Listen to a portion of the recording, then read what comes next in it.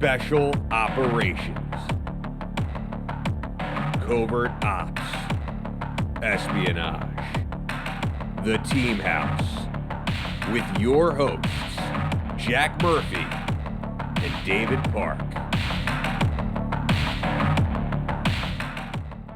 Hey guys, this is episode 301 of The Team House. I'm Jack, here with Dave, and our guest on tonight's show is Jamie Pennell. He is a veteran of New Zealand's Special Air Service, the SAS, had a long military career. He is also the author of the book Serviceman J, which we'll talk about. We're really happy to have you here today, Jamie, and you are also the first New Zealand SAS member we've had on the show. We've talked to guys, Australian SAS, British SAS, even Rhodesian SAS, but you're the first. Wow, cool. You're the first. Yeah. You're the first from New Zealand, so we're excited to have you on the show. I really appreciate you joining us from the other side of the world. Yeah, awesome, man. I appreciate you guys having me on. So quickly, I got to tell our listeners about the sponsor for tonight's show. Diet Smoke wants to know if you've ever been too high. Well, they have. They have created a company dedicated to finding the perfect balance. Whether you want to replace alcohol, sleeping pills, or find a reliable, relaxing experience, Diet Smoke has got you covered. They make premium infused edibles and deliver right to your door in as little as 48 hours. Imagine sleeping better, waking up refreshed, and enjoying your nights without anxiety or having a dreaded hangover. This is exactly why Diet Smoke was created. They offer nationwide 2-day delivery to ensure you get your products no matter where you are. So how do you get these? And also your happiness is guaranteed. If you don't love it, they'll replace it. If you don't want a replacement, you'll get your money back. So if you're interested in checking out Diet Smoke, you can go to dietsmoke.com and use the promo code HOUSE to get 20% off your entire order. That's www.dietsmoke.com and use the promo code HOUSE to get 20% off your order. So thanks for sponsoring the show. Thank you guys if you go and check them out. The question, have you ever been too high? Yes. Yeah. Maybe I should leave it at that. I recall a time when a young Jack Murphy. You're talking about when a guest on the show brought a little something special, and I was thinking about Las Vegas, actually, DEF CON. Oh shit! I totally forgot about that. Anyway, thank you so much for joining us tonight. We really appreciate it, Jamie. Reminiscing. So yeah, Jamie, let's start at the beginning, man. Tell us a little bit about what your upbringing was like and how that kind of like propelled you towards the military. What I was doing before that, my background? All the way back to like kind of your childhood, like how you grew up, and how that kind of propelled you towards military service. Yeah, I mean, I was brought up in a place called Massey, and where we were, we sort of lived in a cul-de-sac, if you guys know what that means. You guys have that name, cul-de-sac, in the States? Yeah. Where all your houses are sort of around like a bag, the end of it. And down there, we had a whole lot of kids that are all the same age. So we're pretty lucky, and behind that cul-de-sac, we had quite a big bush area and an estuary and bits and pieces. So all the kids, after school and in the weekends, we used to get together. And I don't know if it was like this in the States, but you kind of have breakfast and come back for dinner. And at the end of the night, and your parents didn't really have to worry about you too much. Street lights. These days, not so much. Yeah. Hey? Well, when the street lights come on, it's time to go home. Yeah. And they'll be yelling at you from their houses and telling you to get home. So yeah, we used to go down the bush and make huts and play war and climb trees, and there's no real health and safety rules back then. You could pretty much do whatever you wanted, cruising up the road, going up to the dairy that was 2 or 3 kilometers up the road, crossing main roads and bits and pieces. So I mean we played a lot of war games back then, and I remember a photo that I pulled out of my box of artifacts, if you like, from my historical artifacts. And I was always wearing a army uniform. My mum was a seamstress, and she could make a whole lot of stuff. And I was always in my army uniform. So even from a young age, I think I had that in me. But I went through school and then got through to high school. My parents divorced. I ended up living with my mum at the time, and went through. I'm not too sure what you guys call it, high school or Yeah, college. high I school. think college precedes high school, No. precedes sort of getting into the working environment. So, about 17 you leave. Is that about right? Yeah. So for us, it's a formal system: junior high or middle school. High school is like 16 to 18, roughly 16 to 18 years old, and then college is your 18 to 22, which is optional, where high school is mandatory. Oh, yep, yep. So went into high school and I put in my application for the army very, very early. I think right on the line, which is 17 and a half. I'm not too sure what the youngest age you can apply for in the US, but yeah, 17 and a half was it. And so I did all my R tests, they check for your English and your maths and see how intelligent you are, and then you put down the what trade you wanted to go into. And fast forwarding, to 2016 when I left the regiment after a long career, 20 odd years. I remember looking back at my file. My file was like this, 20 kgs, had to haul it out, the admin office there, and I thought I'd go right back to the beginning, to that point, of my application and what I wrote in my application. And I went through the application and looked at my answers, and the last question that they asked was, and this is a 17 and a half, what are your aspirations if you join the army? And I said 4 words: to join the SAS. Now, I don't know, I was like, why? I didn't even remember saying, putting that in there. But for some reason, innately, that was my focus. We lived out in West Auckland, like I said, out of Massey, and near where we lived was where the New Zealand SAS was based at the time, out at Hobsonville. So it was only about 20, 30 minutes from my house. So in my mind, I knew they were out there, but I only had a real small understanding of what they're all about. I just knew they were a special unit that did secretive stuff, and it was just definitely took me as a surprise that's at 17 and a half, that's where my focus sort of Yeah. was orientated. So, what did you go into the army to do initially at 17 Well, and a half? yeah, at 17 though, you got rejected though, right, for your age. I was 17 and a half, but Right. what happened was, so I was right on the line, so I made sure I was, within the rules, I guess, rule set.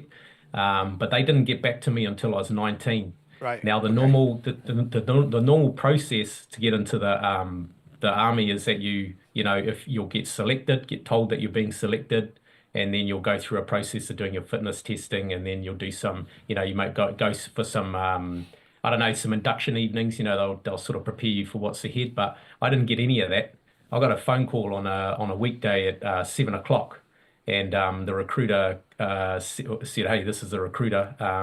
Basically, we've had 30 people come off the current basic that's going on at the moment, and we're trying to make up those numbers. So I'll give you an hour to think about whether or not you want to join the rest of that basic training that's going on now.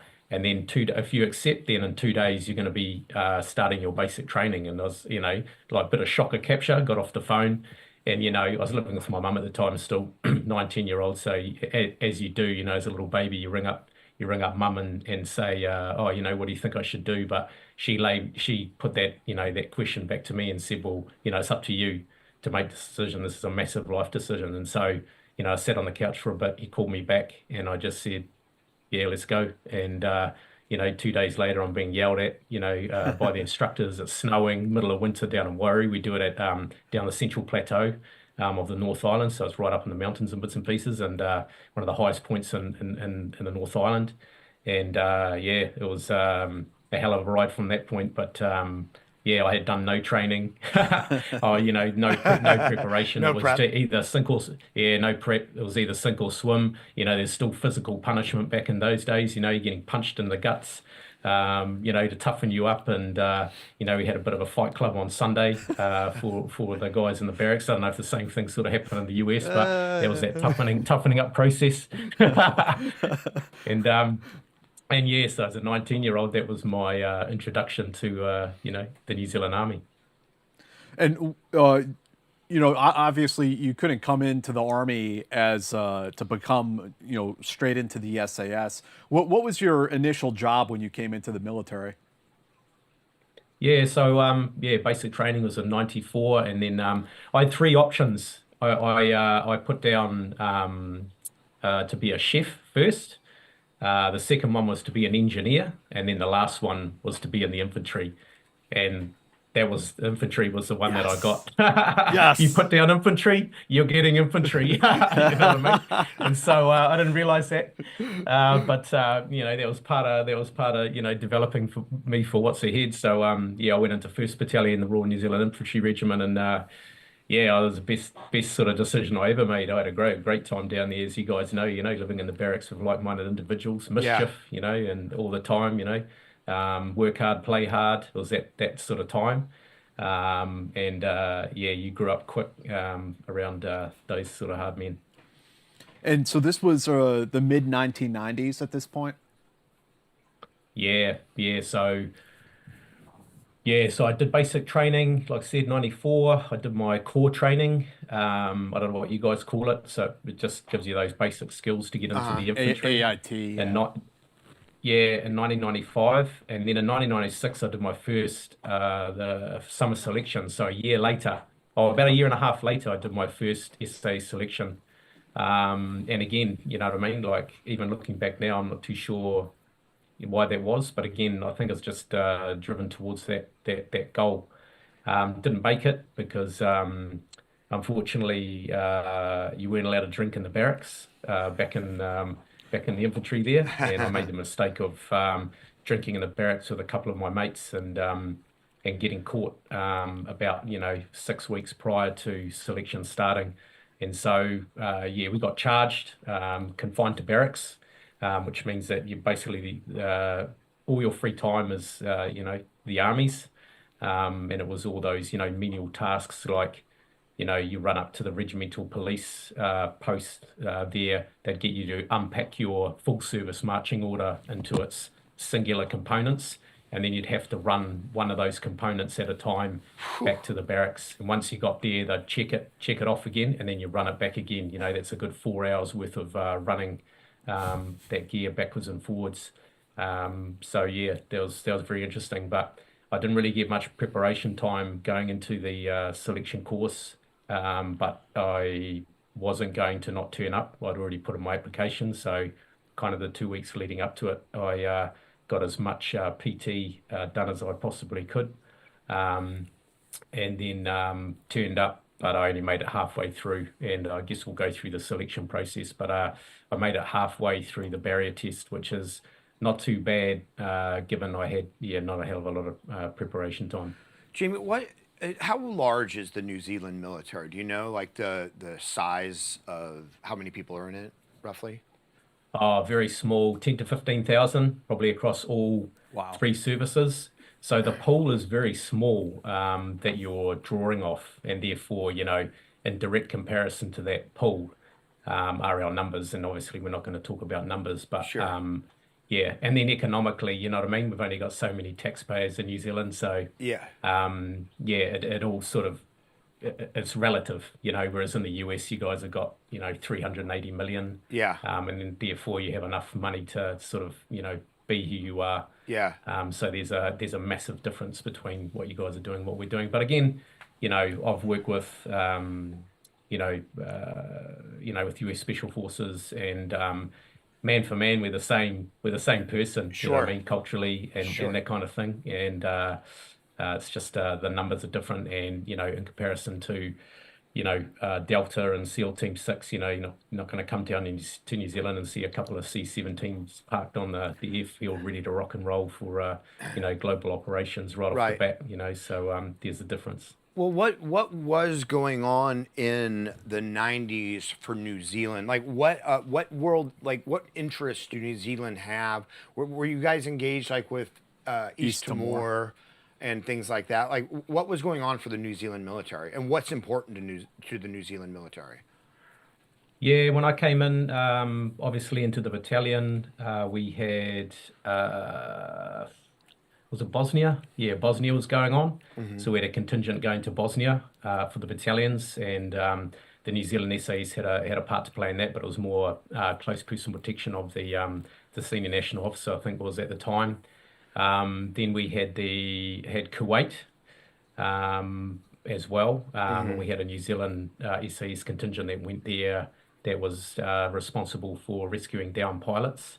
This was at a time though when the government kind of didn't know what they knew what we did, but I'm not too sure how, whether they thought we were good or bad, or Right. you know what I mean. So we didn't get much. We had a budget, but I don't think it was enough to in comparison to what we're getting now.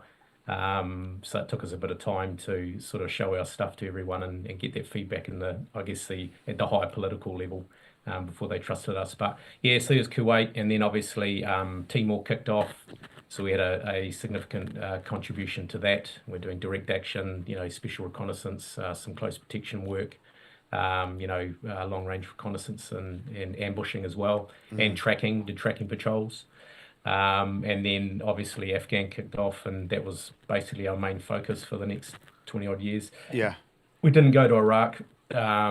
The government decided that wasn't what they wanted to be a part of. However, we did have a small contingent of engineers that were just doing rebuilding at the time. So I'd really love to hear a little bit about your selection experience the second time around, if you could tell us a little bit about that. So we've talked to a lot of guys who went to the SBS or 22 SAS, talking about the Brecon Beacons. I'm interested to hear, how it works for you guys. Yeah, so I've had the luxury of, I don't know if I've had the luxury. I've had the pain and suffering of doing New Zealand SAS selection and part of the UK SAS selection. I've done endurance, which is similar to what our 9-day selection is like, the hills phase. But for New Zealand, it's as the selection course is just a foot in the door. And for, us, we're just seeing you operate at the highest function of an SAS soldier, just carrying a heavy weight on your back, checkpoint to checkpoint, by day and night, food and sleep deprived, under time pressure. There's no positive or negative motivation. So it's not like we're yelling at you, because that can motivate people. And I'm not saying to you, yeah, keep going, mate, and all that kind of stuff. It just doesn't work. We tell you where to go, where you need to be, and you're either going to turn up there or not, because on operations, you're sort of with your own thoughts. And you need to manage yourself, whether it's in smaller teams or larger teams. You've got to control yourself and get yourself to where you need to go. So we need to see that, because, obviously having done selection, it is perfectly aligned to what I've experienced on operations. So ours is 9 days long. The first day is like a conditioning phase. We do all the Army fitness tests all in one day. And that is anything from running, pack walking, swimming, doing swim test, and also we do like a boot run with webbing and rifle, which ends the day. By the end of the day, you're pretty much depleted, and then you get like your meager rations, because we obviously control your food, and those dinner looks like a watered down soup, probably half a cup of that, and a couple of pieces of bread. That's your dinner. You get about 6 hours sleep if you're lucky. Back in my day, there was no real framework around how much sleep the selection candidates would get, so it was up to the instructors. So sometimes you get 6, sometimes you get 4, and then you get woken up in the morning for breakfast, and breakfast consisted of 1 sausage, a tablespoon of baked beans, 1 egg, a piece of bread, and if you're lucky, you'll get a cup of tea, no sugar. Wow. Or milk. So, and then it just rinses and repeats for the next 4 days. So, yeah, so that conditioning phase is really good, just to prepare you for what's ahead, to put you on the back foot for what's ahead. And then you got 3 days of open country navigation. That's roughly anything between sort of 30 to 50K, depending on how good your navigation is. If you get past that point, then you'll carry on to the barrier test. And I'm not too sure if you have this sort of thing within your special forces. I'm sure there's something there, but our barrier test is basically you're divided into a number of groups depending on how many of the candidates are left. and they give you 6 full jerry cans between 5 people, and you're wearing webbing, your pack, and your rifle, and that weighs about 35 kg, and between the 5 of you, one person's carrying 2 at the front, everyone else is carrying a single, and you've got to walk with these jerry cans for 20 hours. And it's either in sand dunes or in the swamp, and both have their advantages and disadvantages. But it's a mind-bending experience, and this is where we're really seeing the grit and how much you can take. And so that's by day and night. Basically, by the time you get into the night, you're starting to hallucinate. It's starting to break you down, and we're really starting to see warts and all. There is not one person that I know that we wouldn't see the real, that real person. Yeah. In that particular experience, because you can't hide it. You know You what I can't. mean? You can't hold up Sorry, that Dave. act or whatever. I was just gonna say you can't hold up that act or whatever front you're putting up when you're under that much stress. Yeah, and that's right. And and we need to see that, because we're trying to get the right people in the door. Yeah. Warts and all. That's what we want to see. So you get to the end of that.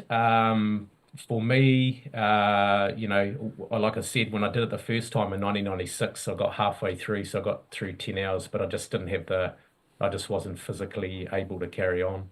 But I was lucky enough to get another opportunity to come back in, obviously 1997, and do the full experience, if you like.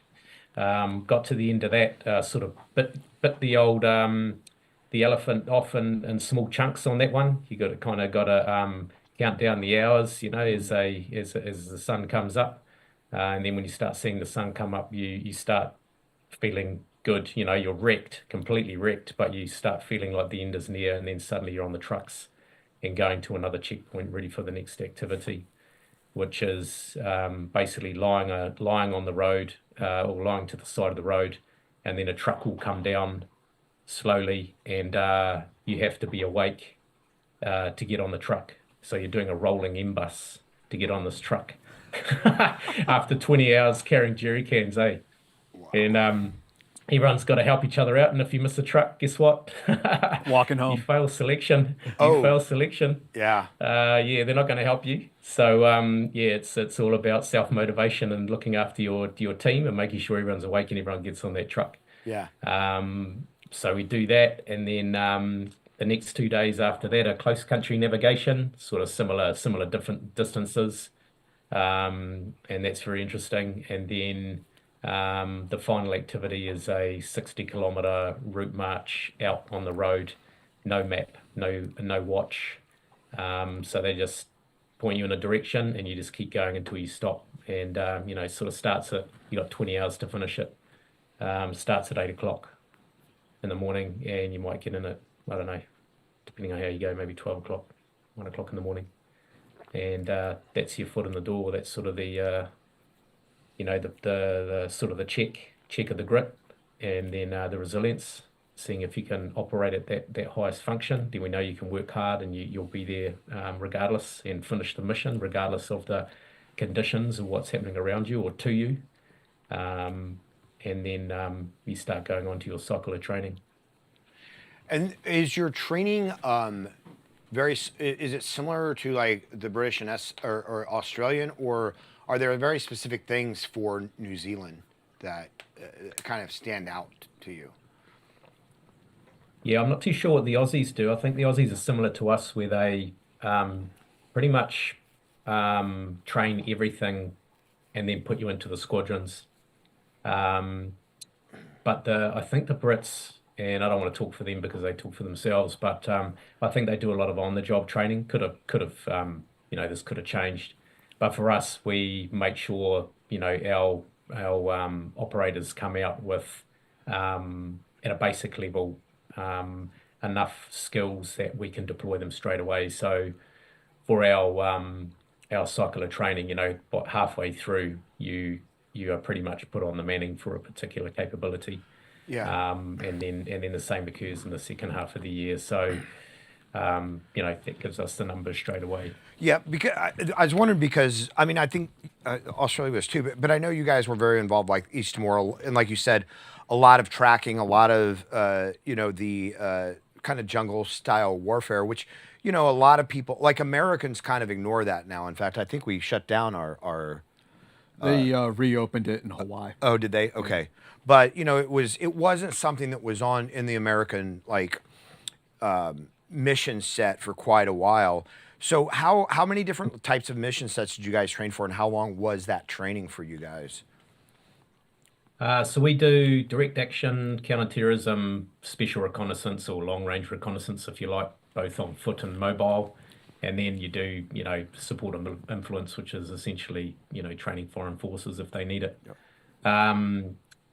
In terms of the time, they're all different. Like, I'm not too sure what they're doing at the moment. Our training cycle is 12 months. Okay. So it kind of gives you an understanding of how long it sort Yeah. of takes. The green roll stuff takes a long time. That's maybe 5 months worth of training, because you've got to build in every single sort of skill set within it. Communications, the first aid piece, patrolling, live firing, all of it. You know what I mean? The working with helicopters and infiltration, stuff like that. So it takes a lot of time. And then the same with the counterterrorism stuff as well, which is kind of interlinked with direct action, I guess. And then the so special reconnaissance, counterterrorism, direct action, and then the support and influence you sort of learn on the job, although you'll touch it.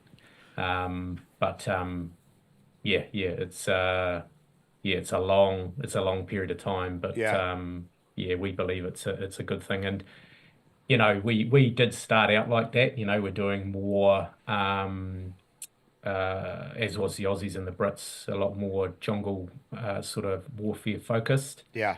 That was, we're doing a lot of our our historical operations alongside our counterparts there. I think maybe, I can't remember what it was, Thailand, I think, was the only time the Laotian crisis was the only time we sort of worked alongside US Special Forces back in the days, as kind of the communist era days, Malaysia, Thailand, and Borneo, defeating the communism that was going on around the world. And then obviously once we got into Vietnam and Kuwait, I think maybe we're getting in front of the US at that particular point in time, and then obviously Afghanistan, most definitely. And now we've got a pretty strong relationship with your Tier 1 Special Forces. Yeah. Real quick, I need to give a shout out to our second sponsor. I'm really sorry to interrupt the interview, Jamie, but thank you to Fabric Life Insurance. Jack and I know a lot of people who have passed, unfortunately, and in the military they'd always have the SGLI, the Service Members Group Life Insurance, which I think was like $300,000, and we can tell you that it's not a lot of money when when you have kids and when you want a future for those kids and everything. And for civilians, there obviously aren't always great options. Fabric by Gerber Life is term life insurance you can get done right here, right now. You could be covered right from your couch in under 10 minutes with no health exam. If you've got kids, especially if you're young and healthy, now is the time to lock in your low rates before you get like me. Even if you have life insurance for your employer, it may not offer enough protection for your family, and it may not follow you if you leave your job. Fabric has flexible, high-quality policies that fit your family and your budget, like $1 million in coverage for less than $1 a day. They have over 1,900 five-star reviews on Trustpilot with a rating of excellent. And Fabric has more than life insurance. They have free digital wills. Now, you should have a will if you have children, investment accounts to invest for your kids' future, and more. And you can manage it all right from your phone. Join the thousands of parents who trust Fabric to help protect their family. Apply today in just minutes at meetfabric.com/teamhouse. That's meetfabric, MEET, fabric.com/teamhouse. Policies issued by Western Southern Life Assurance Company, not available in certain states, and prices subject to underwriting and health questions. A question that I had, Jamie, as we were having this conversation, Did your unit also have a domestic mission like some of the Australian? I believe they call it the TAG, TAG. Yep. Yeah, so we had a counter-terrorist assault group, or the commando squadron, that we had working alongside us, and they just their mandate was anything national counter-terrorism wise. They'll take care of that, and then we'd back them up, obviously, if we needed to.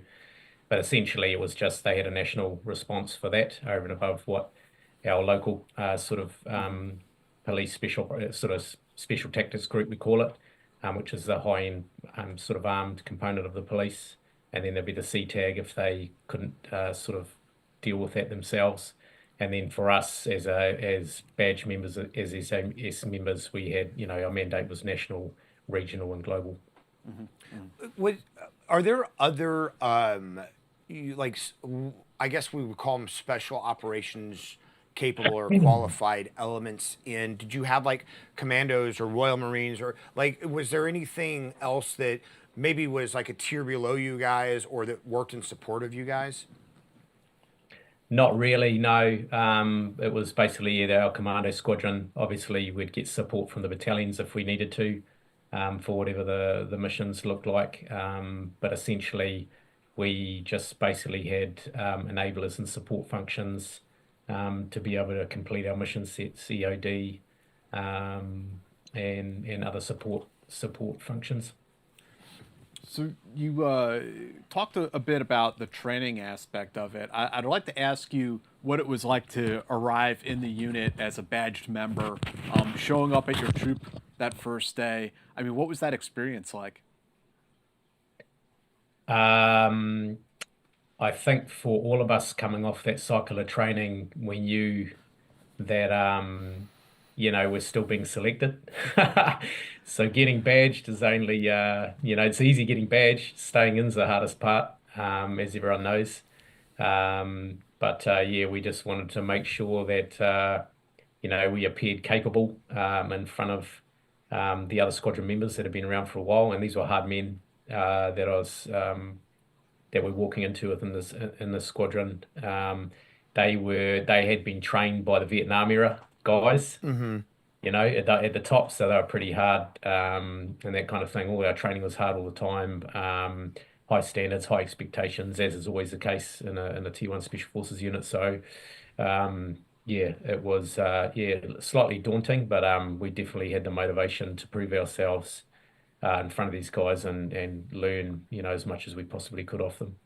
How did they treat you in terms of, was there a bit of hazing?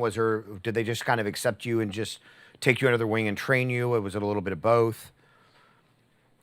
Yeah, we had a little ceremony that we'd do, which was not much of anything really. It was just welcoming us in and having a few beers. It wasn't anything too harsh. But yeah, the expectations started right from that point. Some guys were pretty good, pretty approachable. Others didn't really care to know you until you proved yourself, which is fair enough. That's part of the trust building exercise. And depending on your mindset, that kind of fear of failure, you're either going to rise or fall. So you do make some errors when you're in there, getting into the squadrons, given that they're operating at a high level and they're trying to bring you up to that level from where you've just come from. And so, there's a little bit of, getting beaten about a bit. And I'm not saying physically, just, with the feedback, very direct, can't make the same mistakes twice. And, shooting in close proximity, whether it's, in the bush or in the kill house, use of explosives and bits and pieces, because we're doing that sort of stuff daily. And, it was very, very interesting, but necessary. And then if you can talk about this, great. If not, we totally understand. But are the teams, however they're set up, and I don't know what the naming conventions are, but are they set up for is there a jungle team and a mountain team and a DA team and things like that? Or does everybody, like both teams, or does everybody master everything? Yeah, everyone can do everything. Okay. Yeah, we're squadrons. So we kind of, all of the, I don't know if you guys know this, but the Tier 1 Special Forces are modelled against the British SAS model. So everyone, I think it's the same as SEAL Team 6, they call them squadrons. Uh-huh.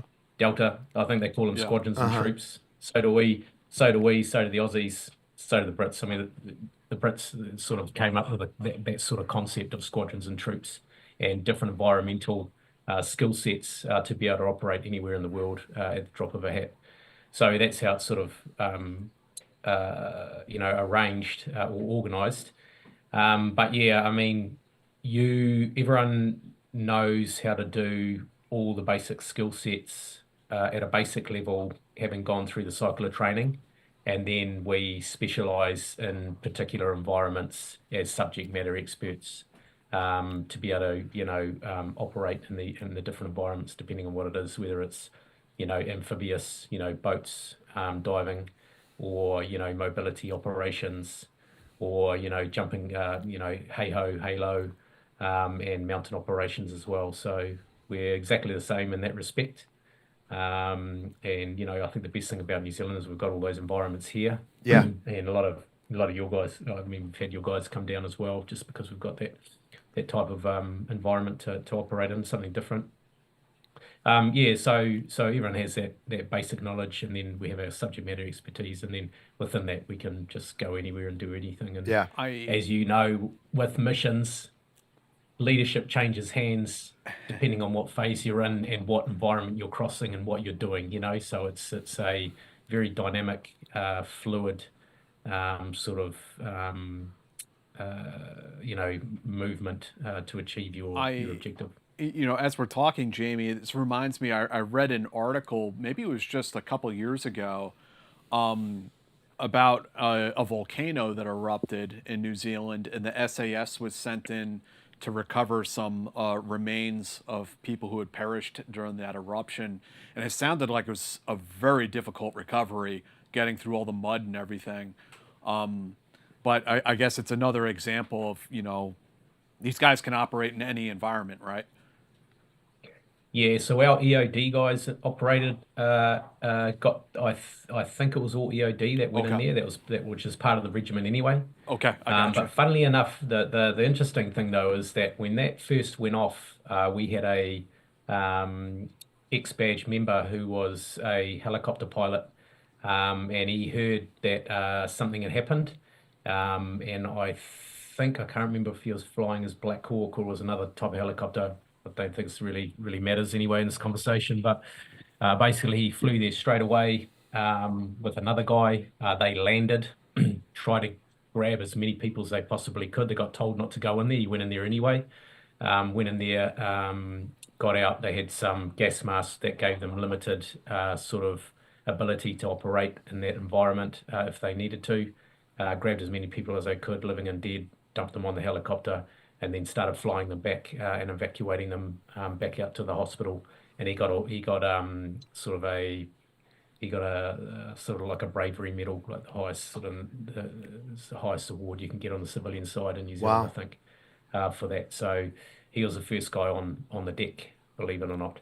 And then obviously our EOD guys went in there because they had the equipment to operate in that environment to pull them out. But I mean, you wouldn't really see, the blades doing that kind of thing, the shooters, unless they really needed to. But, we can flex and operate within those environments, and, we'd kind of help out in a humanitarian assistance and disaster relief sort of capacity, sort of regionally in our backyard if we needed to help people out. It just depends on what capability people don't have that need to be able to, do what you need to do in that particular area. Post a cyclone or an earthquake or a tsunami, and that type of thing. You might have, an advanced medic that has those skill sets, and they need a number of medics that need to go to a particular place. I mean, you look at the tsunami in Japan, I think it was, or was it Indonesia or Japan? I know we've seen a few guys over there to help with the efforts there as well because of the mass casualty event that happened. So for you, getting to your squadron, now we're talking about kind of getting into the late 1990s. I'm just curious, like, was there a deployment on the horizon for you? Was there a mission you were training for? I mean, you had mentioned Bosnia, East Timor. Were some of these things on your horizon? Yeah, so we came into the squadron in 1998. Into 1998, and then in 1999 East Timor kicked off, but the other squadron got to go to Timor. So they deployed within about 24 hours, and they were gone indefinitely, and their families got called into the unit after they'd left, and because back in those days we weren't saying anything about anything, and they deployed, and basically we had to tell the families that we weren't too sure when they're coming back, and they didn't come back for 9 months. Wow. And by then, there wasn't going to be a second deployment because there was no requirement. Everything had been sort of stabilized, to a point, and then past that point, we got we sort of re-rolled and started deploying tracking teams with the battalion, so we could find, fix, and finish militias that were crossing the border. So that was very interesting. So that pissed me off, and because I came to the regiment for operations, and so when I missed out on that, young brain, you know what I mean? Suck it up, boy. I decided that I wanted to look elsewhere, and so that's when I went over to I'd left the unit in 2000 and joined 21 SAS, the British SAS, in preparation to do their selection course. Did the selection course, did endurance, went to the jungle, had a few issues back home with my partner, and decided to make a moral decision and come back to New Zealand. And then I rejoined the regiment, and then from that point, I think Afghan had kicked off, and I ended up deploying to Afghanistan in 2002. That's a pretty incredible journey. And is it easy for members of the Australian or New Zealand SAS to kind of filter right into the UK system? Yeah, it was back in the day. Now I think there's some caveats around how long you have to be a British citizen for, which I find odd. It might have changed, but for us, I still had to do the selection course. Regardless, they don't care if you've done your own selection course. They still want to see you for who you are and see if you're capable enough to join their ranks. And that selection course was completely different. But again, it was similar. There was definitely some similarities. Tough, very tough, fast. They're very quick. The Brits, I guess it's the way they're brought up through their recruit system, but they can advance to contact very, very quickly. It was a bit of an eye-opener, but it was good. Is there a couple questions? One, were the other guys doing that? Was there any heartache at the New Zealand SAS when you wanted to do that? And then two, was there a lot going on for the British SAS where, maybe New Zealand wasn't involved as much stuff, but the Brits were, and you were like, oh, well, those guys are operating, so I want to go there? Yeah, definitely. Yeah, I think the Brits will get involved in a lot more depending on what their political ambitions are or strategic outcomes. You'll see them in a lot more war zones than you would in New Zealand. We're slightly, I guess we're not always centre left, but I've noticed over the years that the government will definitely do their due diligence in terms of where they want to send us, and whatever objectives they're trying to achieve within their own party lines. We have a Labour government, which I think is your democratic Democrat, sort of centre left, and then we have our national government, which is sort of centre right. And with you guys, it's the same thing. It's either one or the other for a period of time, and I guess we suffer slightly under the Labour government, maybe depending on who's sort of leading it. It is what it is. But definitely the reason why I went over there, because I could see the Brits were definitely flexing into quite a few areas, and that's what I wanted to be a part of. But it just wasn't meant to be. And then the idea of going, and then not just going, but coming back, were they upset that you left? And then how were you received when you came back? Yeah, so when I came back, well, when I left, my OC at the time thought that I hadn't been around long enough to go over there to represent the regiment well. And I had other ideas, and so we sort of knocked heads and on the way out. So when I came back, it wasn't an easy transition back. In fact, he said to me that you're going to spend another year in the battalion to have a think about, your actions before you left. I mean, I was only, 23, 24, still a young fella, and so I was going to leave. I was going to just not pursue the military anymore and join the police or do something else. But I had one of the badge members, a senior guy, call me up one day, which was very odd. And he said, "Hey, come round to my house. We'll have a chat about your future." And so I went round there, and he sort of turned my head around and said, "Hey, listen, what are you going to do?" And I said, "I think I might just leave it." And he said, "Why?" And I said, "I just too sure if I want to do another year in the battalion, like being in the regiment was sort of everything for me." And he said, "Just have a think about it, because the battalion's going to East Timor next year. So you'll spend, 6 months doing pre-deployment training, and then you'll go to Timor for 6 months, and then you'll come back. Just keep your nose clean, and then, we don't know what's on the radar, coming up past that point. So think about it." So I decided to take that hard road. And I actually enjoyed myself, to be honest, once I got down there.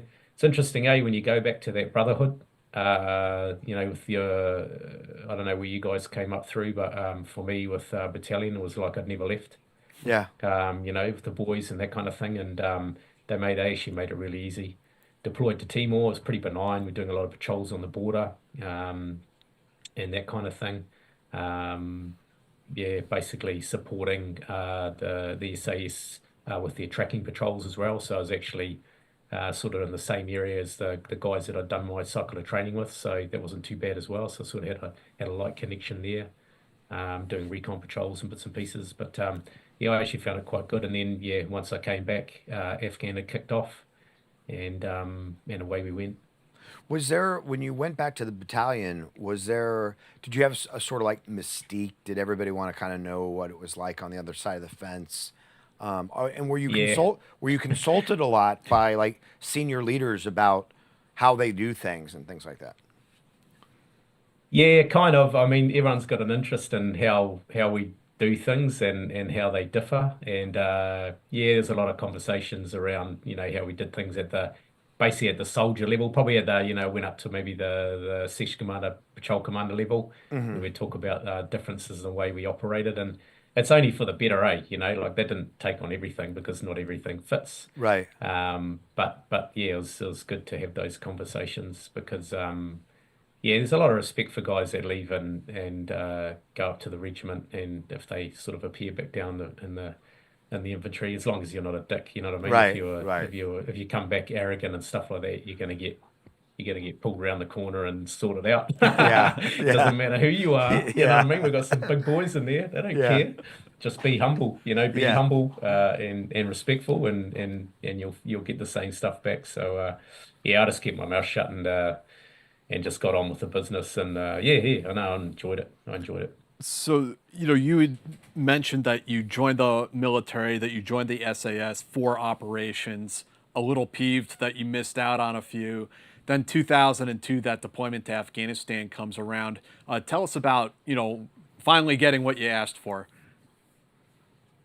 Yeah, so we turned up to get we two sort of rotations, or there was one rotation had already gone through right in the early days in 2001. So we're based in Kandahar with the rest of everyone else, and the second rotation was currently underway, and they called us in to name the third rotation, and I'd only just come back in, of course, and so I was hoping that I was going to have a crack. I was going to be able to go to Afghan, because there wasn't that many people left, and they needed everyone they could, and so they called out all the names, but they left mine out. and I was sitting there at the back of the room. I was like, what? I couldn't believe it. So I got up and walked out. I was pissed off. Man, I need a reality check. And I walked back to the barracks, and I was like, oh man, like this is the whole reason why I came here. Still hadn't washed that off, I still had a bit of growing to do. And I sat down there contemplating my options. Anyway, one of the boys came down and they went, "Hey, Sam wants to see you." He was the training officer at the time. He was going to be the troop commander for our operation. And I said, "What does he want to see me for?" And he said, "I just wants to have a chat to you." And so I walked up there and I went up and saw him. And he goes, "Where were you?" And I said, "Well, I just went back to the barracks because if I'm not going, then I need to contemplate my options." And he goes, "Yeah, I can see the trench you dug with your bottom lip dragging on the ground all the way to the barracks, you know." And he said, "You're going," and it's, you know, and then he laughed. And it's part of that. We've got 4 tenets, and one of them's humor and humility. You know what I mean? So he was pulling that on me, and he taught me a lesson that day, and I went, all right then. And you know, he's just keeping me in my place, you know. But yeah, I was pretty stoked to get on that trip, and yeah, again, I had a lot to prove because of how I sort of exited, and I had pissed a few people off, so. Yeah, again, I just had to zip my mouth up and get on with the work, and that was a pretty good operation that we went on. We're doing long range patrols on mobility vehicles, so it was pretty significant. Yeah. Yeah. So let's any like significant operations from that deployment that stand out in your mind. You know, your first experience going on actual operations. Well, other than East Timor. Yeah. So so the first patrols that went in there, the first rotations that went in there, they're doing a lot of recon, a lot of reconnaissance, and watching lines of movement and lines of communications and bits and pieces. And they were there when you know Tora Bora was kicking off and that kind of thing. But then that slowly went from foot mounted to vehicle mounted. And so when I turned up, we had a bunch of Dumbies that had been fitted out for fighting and long range patrols. So we fell on those, did a couple of sort of shakeout patrols, and then, you know, the rotation before us left and we took full control. Probably the big operation that occurred there was kind of towards the end of the tour. So we're going out for anywhere between 2 to 3 weeks.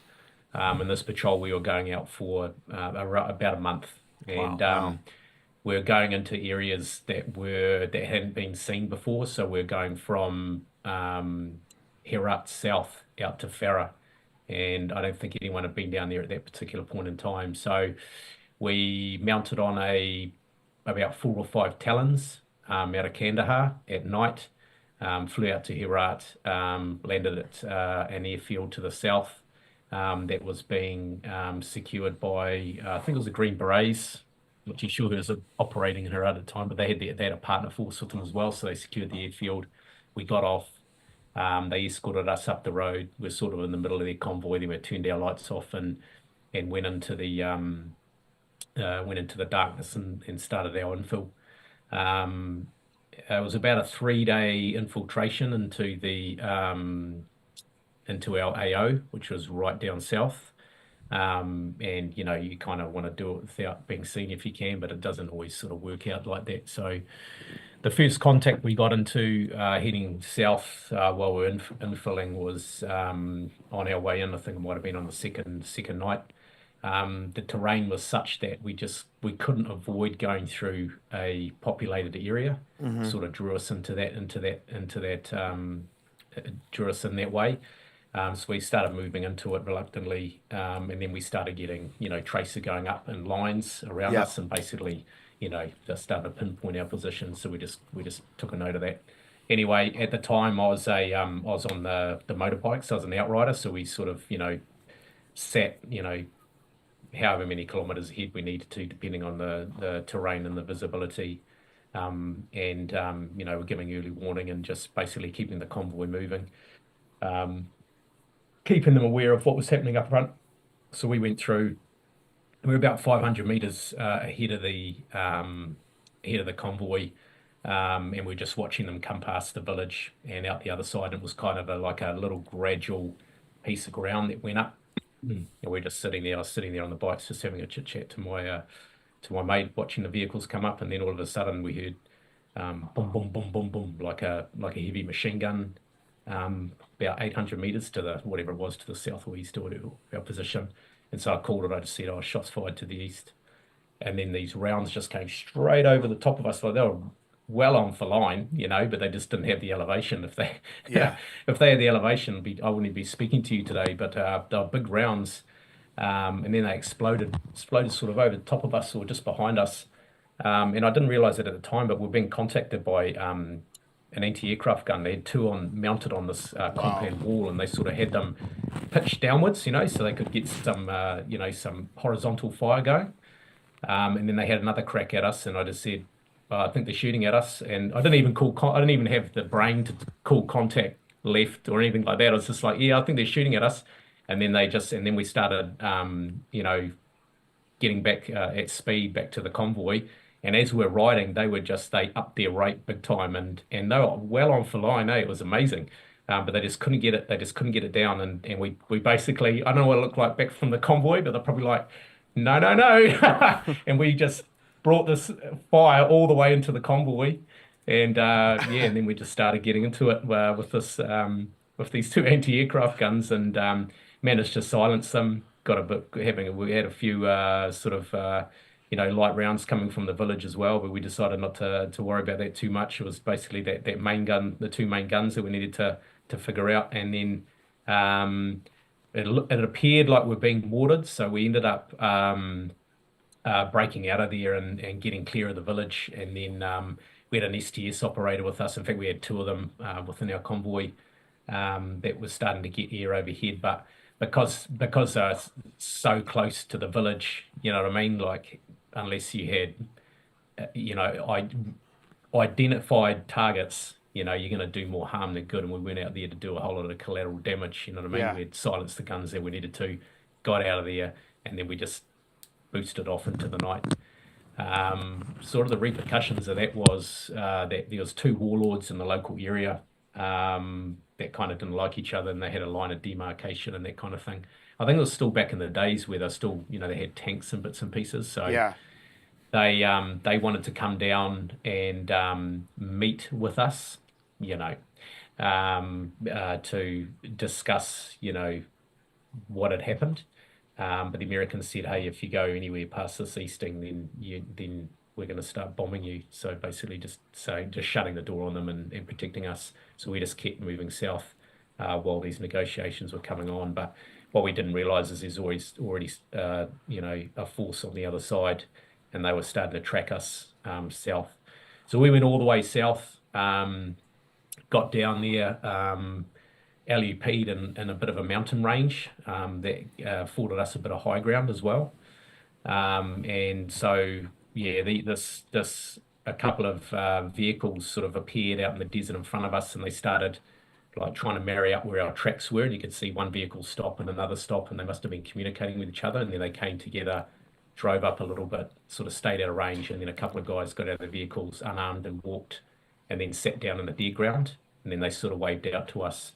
So the troop commander went down there with a couple of the boys, and they had a bit of a discussion, and then he came back and he said, "Hey, the commander wants to talk to us out in the desert there." So we came up with a plan, made sure we had Overwatch some fire support and bits and pieces. I mean, all our vehicles had heavy weapons. We had Mark 19s and 50 cals, backed up with jimpies, so we had the range.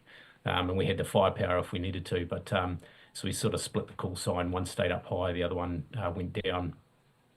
Got down there, and we got down there, and the commander had like a peak cap, like a Russian cap, and had these big epaulets. Like he looked and he was standing up on this, I don't know, like it looked like an old Russian Jeep, and he was standing there just staring at us. It was just him, and then they had another vehicle, and there's only like 4 or 5 people, and we're like, "What is this guy up to?" And he's just standing there, and we had this space of about 50 meters between us. Anyway, I was looking around because I was down there with the sort of the meeting group, and I looked around. I could see some dust plumes on the horizon, and I said, "Oh, I can see a couple of dust plumes on the horizon starting to move in our direction." And it went from 2 to 4 to 10, 15, and I lost count at 24.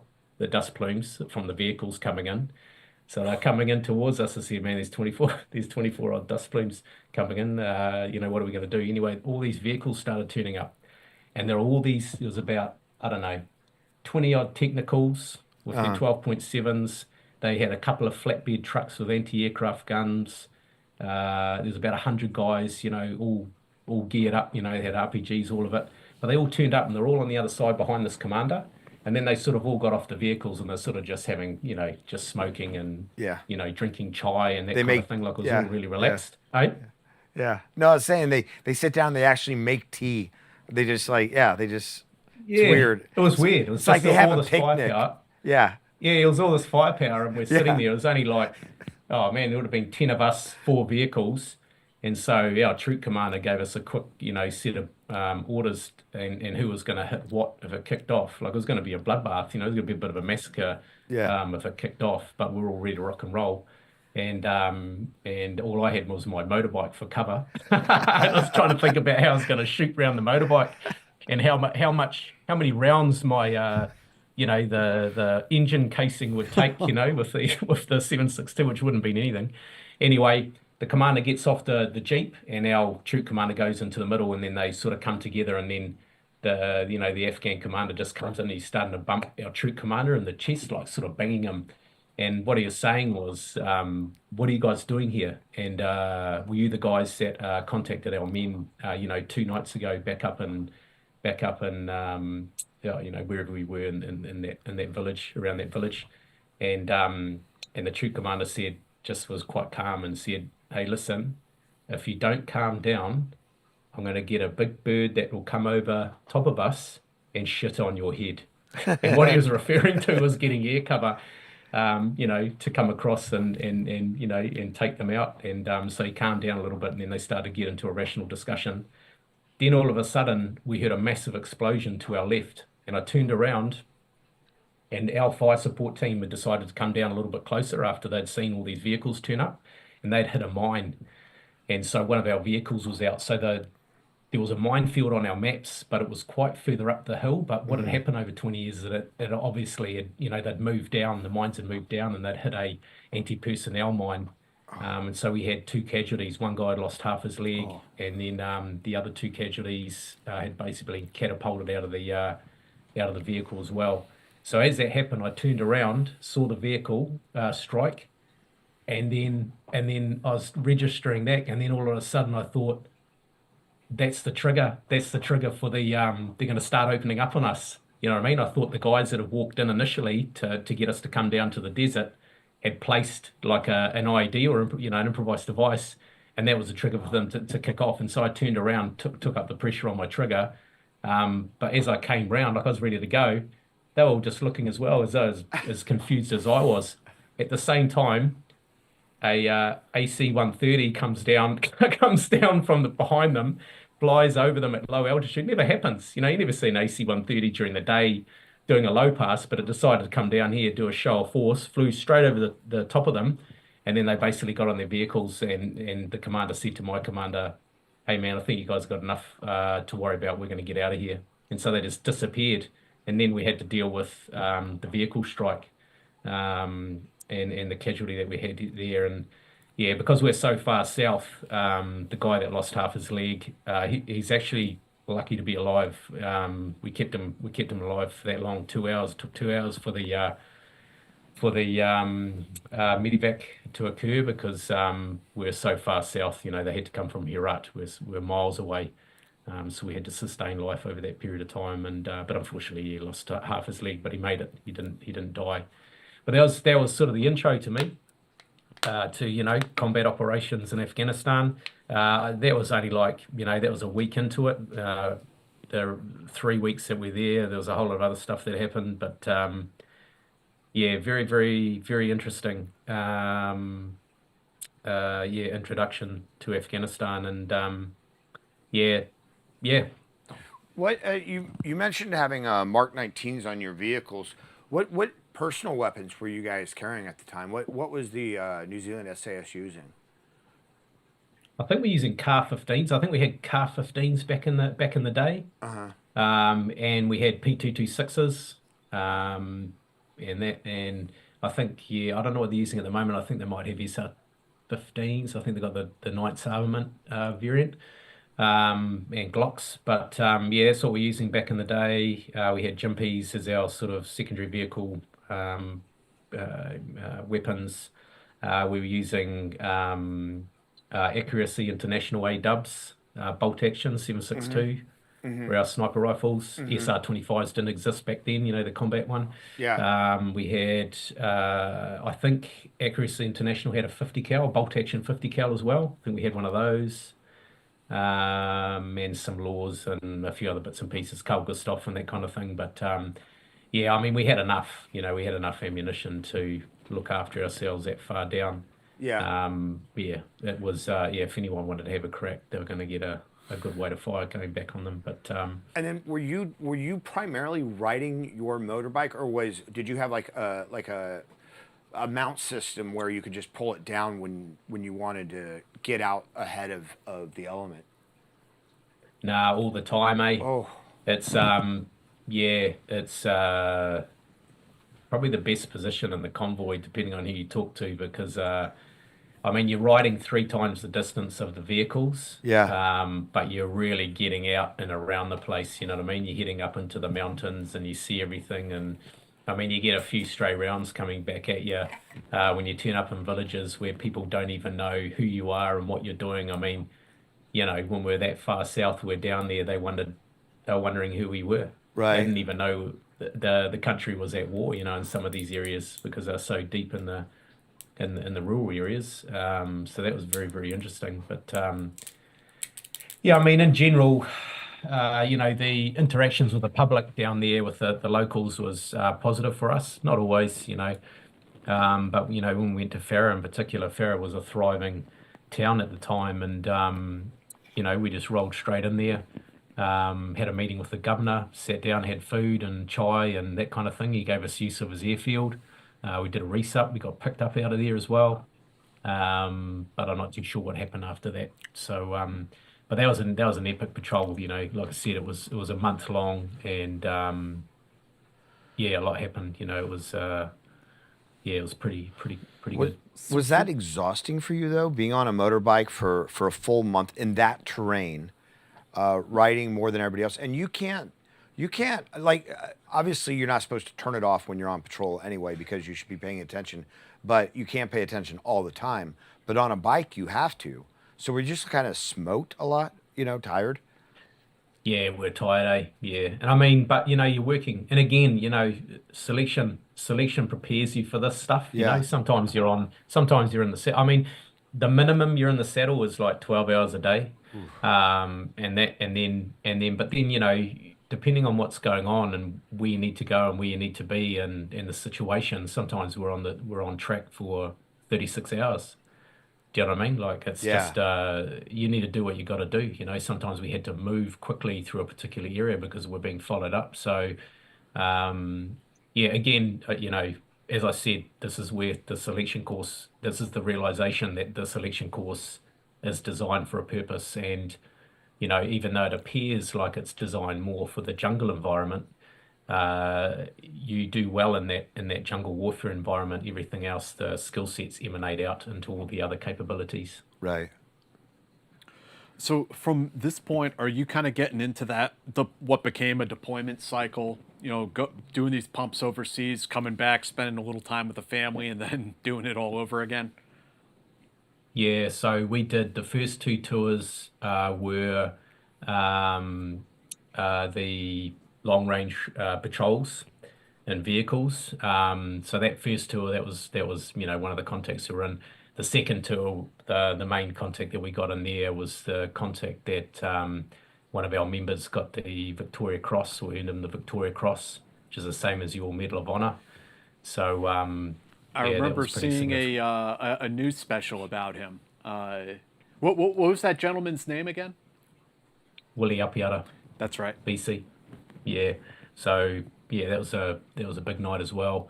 And then past that point, it went from because essentially in the early days it was obviously going out there to find, fix, and finish, but also it was to, look for areas where future FOBs and airfields could be placed, lines of communication, where the surfaces are and the gaps.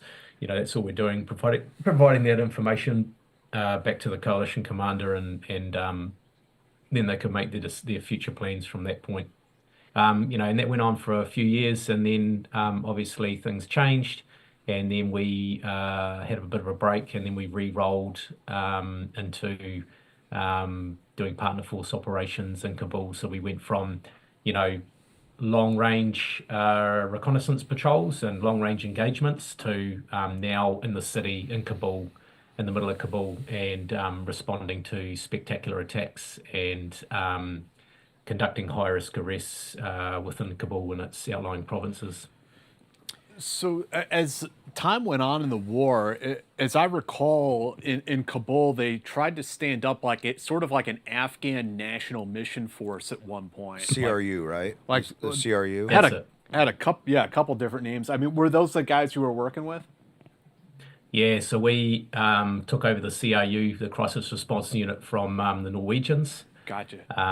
They'd had them for a couple of years, and then we came in and on that first tour, we were there for 7 months, and I was part of the training team to train them up to be, fully capable of taking over security in Kabul and conducting operations in the outlying provinces and responding to spectacular attacks effectively. And that took a long period of time. That was very hard because you're living in, their Camp Olympus, which is in the middle of Kabul.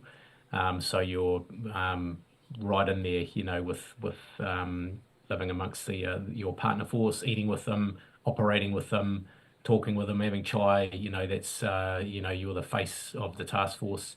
And then we had the rest of the task force that were out to the east of the city in Camp Warehouse, and they were there specifically to enable us to go out on operations and provide those specialist skill sets while we're still, developing their basic skills to make them more effective. So, explosive method of entry, sniping, and some other bits and pieces to allow them to do what they needed to do. So that was really interesting times.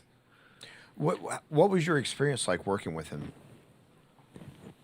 Yeah, really good, eh? I mean, a bit rough around the edges at the start, and it took a bit of time, but we got into the flow of things. So we had, our operational squadrons that were in Camp Olympus, and then we had sort of rotations where the squadrons would rotate out to a training area for a couple of weeks, upskill, and then come back in, and they all got the same training over a different, over a similar period of time. They didn't get taught anything different or more than the other squadrons, so they all progressed together. But they were a good bunch. Very, yeah, they got, some of them got balls, eh? They got big balls. But the biggest thing that we had to prove was that we could do the business alongside them. So initially in the early years, it wasn't leading from the back; it was being the first man in. So it was very interesting. And right back at the beginning, we just had to be ready at a moment's notice, because they'd just deploy any manner of the day and night to go out and do operations until we got a better sort of system of communication. And, again, we're going out there just to watch them on target, see how they operate, enable them with specialist skills, and make sure that what we're doing in training was replicated on operations as well. So it gave us the ability to debrief and say, well, hey, listen, hold them to account. And they got quite good over time. It just took a long period because of a whole lot of other things had to happen. They needed upgrades of equipment and refreshing the vehicles, and building infrastructure, within their camp, and there's a whole lot of stuff that needed to happen. That was kind of it was coalition-wide synchronization of how we're doing business. But there's some good guys in there, and it was good for me to get that opportunity to be a trainer first, and then when I came in on the second rotation, I became the ground commander due to the I was only a sergeant at the time, due to the fact that we had reduced numbers because of where the CRU were at the time. But yeah, there were some pretty significant, spectacular attacks that we attended, which obviously is in the book as well. Over that time, and I think the biggest one we attended, the biggest one we attended was the Intercontinental Hotel in the 28th of June in 2011. Yeah. And so that was the peak kind of experience for me in the regiment and on operations. So I don't think it'd be hard to get. Can you tell us about that? How that transpired? How that operation came about for you guys and how you responded? Yeah, so I got woken up on the 28th of June about 10:30 by one of the intops, and he said, "Oh, hey, you need to come into the ops room, and something's going on in the city." And I was like, "Oh yeah, cool." So went in there, sat at the back of the room with a senior national officer, and I said, "Oh, what's going on?" And you know what it's like in the TOC. You got some screens up. Had the ISR platform up. We could see what was going on top of the roof. There was communications with our mentors who were with the CRU at the time, and they were travelling towards the Intercontinental, because obviously I was a ground commander at the time. And then we're looking at CNN, and I don't know if you guys have been part of that, but the reporting comes quicker through the news channels than they do through the military channels, because they've got guys in the city, they're ready to go. So, within 10, 20 minutes, you're getting optics. I'm not really listening to what they're saying because they're trying to make sense of the situation as well, but it's just good to see the optics. So we're watching the optics. I could see things happening on the roof on the hotel. There's a two-way exchange of gun and rocket fire between the inner cordon, the Afghan National Police had ring the hotel at the time. And they're in a gun battle then, and I guess the background information, just so that I guess your viewers understand what had happened, is basically we had 9 insurgents that made their way into the hotel from the north. Killed a number of guests. I can't remember what the final numbers was, anywhere between 17 and 20 odd. And then took up positions within the hotel, particularly on the roof, and waited for security forces to arrive. So that's what I was watching, the aftermath. They killed quite a few staff, and was the intent behind it? Was it the Taliban trying to rise their national profile with the Kabul government and make them appear relevant? Or I'm just kind of curious what the motivation for the attack was. Yeah, it always is. They had Afghani handlers, and they're trained across the border in Pakistan in the Fatah. And it's always the way with terrorist groups. They're trying to justify their existence, get funding, helps with recruitment, and they're just trying to show that destabilize the government essentially. Showing the world how incompetent they are and how incompetent the security forces are. But by the time they got in there, they've achieved their goal. Past that point, it's just how quickly we can resolve the situation.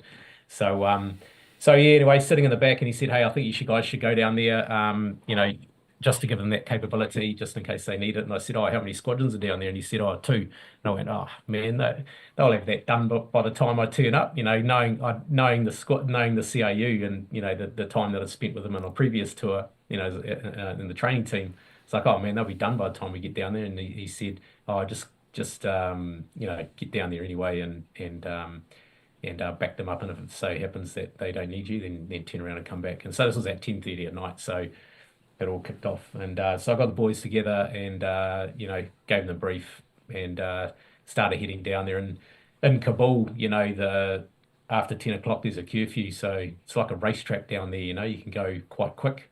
We had armored land cruisers, and so we geared up and got on land cruisers and cruised down there pretty quickly, slowed down for the checkpoints, got all the way down there. And at that time, the outer cordon was about 400 meters away from the hotel. So we debussed out of our vehicles at that point and left a couple of our support staff with our vehicles, and just used them as a sort of a communications conduit back to headquarters if we needed it. Made our way up on foot because we're sort of fully exposed to the hotel, and we didn't want to sort of drive up there and start taking fire, rather just sort of get in there by foot and sort of move through the shadows, and get up to the incident control point. At the incident control point, we had the Minister of Interior, and then who was in control of those National Special Mission Units. had the CRU CO there as well, so I had to chat to him and the Minister of Interior, and basically they just wanted resolution straight away. Started going up towards the hotel with the team, and as we got up close to where the inner cordon was, a gun battle started cracking off again, quite a heavy gun battle between the Afghan National Police and the terrorists up on the roof. And we couldn't see them, but I wasn't really interested in that. I just wanted to get inside the hotel and start our work. They can deal with all the carnage on the outside. So I crept up this berm with one of my other operators, and we're sort of looking across the car park, and I was trying to get comms with our mentors inside, because by that time the squadrons were inside the hotel and they were just waiting for us in the lobby. So I'd been in that hotel before in 2002 on a previous operation. We'd done a close protection task, and I thought I knew where the main entrance was, and I was actually just going to go straight to it, but I'm glad I got comms, because they're actually doing renovations on that the old entrance, and they're in a different area. So they flashed their lights and said, "Hey, we're over here." And I said, "All right, cool." So we made a plan, one by one, sort of hard targeted our way across the car park, making sure that the inner cordon could see us, and then got into the lobby. Got into the lobby, all the lights were out in the hotel. I could see a dead insurgent on the floor, and he had a suicide vest on. He had an AK-47. He had a bag full of grenades. They had a 40 mil grenade launcher on their AK-47 as well. Can't remember what you call that. Energy drinks, new shoes. They look really cleanly, well dressed. They've been given clean, good, nice clothes and shoes and bits and pieces. So they're ready, when I looked at him, I had to assume that the rest of them were like that. So they're ready for a fight, quite a bit of ammunition and bits and pieces ready Jamie, to stay the course. Can I ask you a quick question? Is when they took over the hotel, and for people who don't know, like it wasn't a tourist destination, so you had a lot of journalists and NGOs who were like running large blocks of those hotels, right? When they took over the hotel, did people evacuate, or did they, without knowing where the insurgents were, did they like barricade themselves in their rooms? Like, what was going on inside the hotel? Yeah, so the majority of people, some people try to get out, like jumping out their windows and tying sheets together and stuff. But the majority stayed in their rooms and barricaded themselves in their rooms. And this hotel had 150 rooms. So you think about that and the amount of people that you have to look at sort of rescuing out of there. Yeah. The comms we were getting initially was that they were going to start pulling the guests out of their rooms and cutting their bloody heads off or shooting them and throwing them off the roof. So they're going to do some pretty barbaric medieval style executions on top of the roof. So we had to get up there as quickly as possible. Now, if we're doing this as a squadron, we would have done it a little bit differently. But at this particular point in time, because of the reduction in our numbers and the smaller numbers we had, I only had a handful of operators, and we didn't know how many terrorists were in there. So I only had a handful of operators, and I had 2 squadrons of CRU. But the CRU had never done anything like this before. We didn't do any option training. We weren't at a stage where they could do a hotel, no lights, under NVG. And gone through the drills and stuff like that. So it was, the best we'd done is sort of compounds and maybe multiple story compounds, mainly in rural areas and in the city, but nothing as big as this. So they were a little underdone. So we had to get them in behind us, and we had to take the lead. So, so we took note of that insurgent and what he was wearing and what we're up against. And when they're carrying, when they're wearing suicide vests, I don't run to my death, and I'm not going to do a CT style clearance of the hotel where we're making, dynamic entry into rooms and stuff like that. We'll take our time, what I mean? And if this takes all night, it takes all night. And funnily enough, it did take all night. It took 10 hours, So we started making our way down this corridor. And the first thing we encountered was the internet room, and there was one of the guests was dead at the computer. So I went around just to check, make sure he wasn't still alive for whatever reason, and so I could pull him back to our medic at the back of the line. He was dead, gone. Started making our way around the corridor again. We sort of naturally just moved around to the left. Didn't have schematics or anything like that. It was too dynamic. We just had to get in there. And then we found ourselves in the main kitchen. And at the back of the main kitchen, luckily, we found the fire stairs, and the fire stairs go straight up, the northern fire stairs, they go straight up to the roof. So I said, oh, okay, cool, right, we'll start going floor by floor, start clearing the floors, 1, 2, 3, 4, 5, and then we'll hit the roof. We started going to the first floor, but then we realized pretty quickly that we needed to get up to the roof. Yeah. Mainly because obviously they were still in a gun battle with the Afghan National Police, but as is always the case, their rounds were going quite high, so the rockets and the small arms fire was hitting the compounds where families, hunkered down, and they got kids and bits and pieces. So I was like, let's just go straight to the threat. We'll sort that out, and then retrospectively we'll come back down through the rooms. So we all agreed on that, and we just made sure that we had CAU up behind us, holding the stairwell so no one could come out of the floors and surprise us. So my lead assaulter, Steve Askin, I'll say his name because he's no longer with us. He died in the Port Hill fires a few years back. Killer, the best man you want on your team, just a hunter. He was leading. He was going up the stairwell. It was a U-shaped stairwell. It was quite open. So we started making our way up. The CAU were making a lot of noise. As I said, they've never done any sort of clearances where you have to stay nice and silent. So he started making our way up, and as he came round one edge of the one side of the stairwell, he came face to face with the first insurgent, about a metre, and they both fired at the same time. Steve hit the mark, got him a couple of times in the chest, but he just got up straight away and started running to the top. And, he must have been full of adrenaline when that happened. So what had happened was, as we're coming up the stairwell, basically they sent one person down to meet us, and he was being covered by another guy that was right at the top of the stairs there on the 5th floor.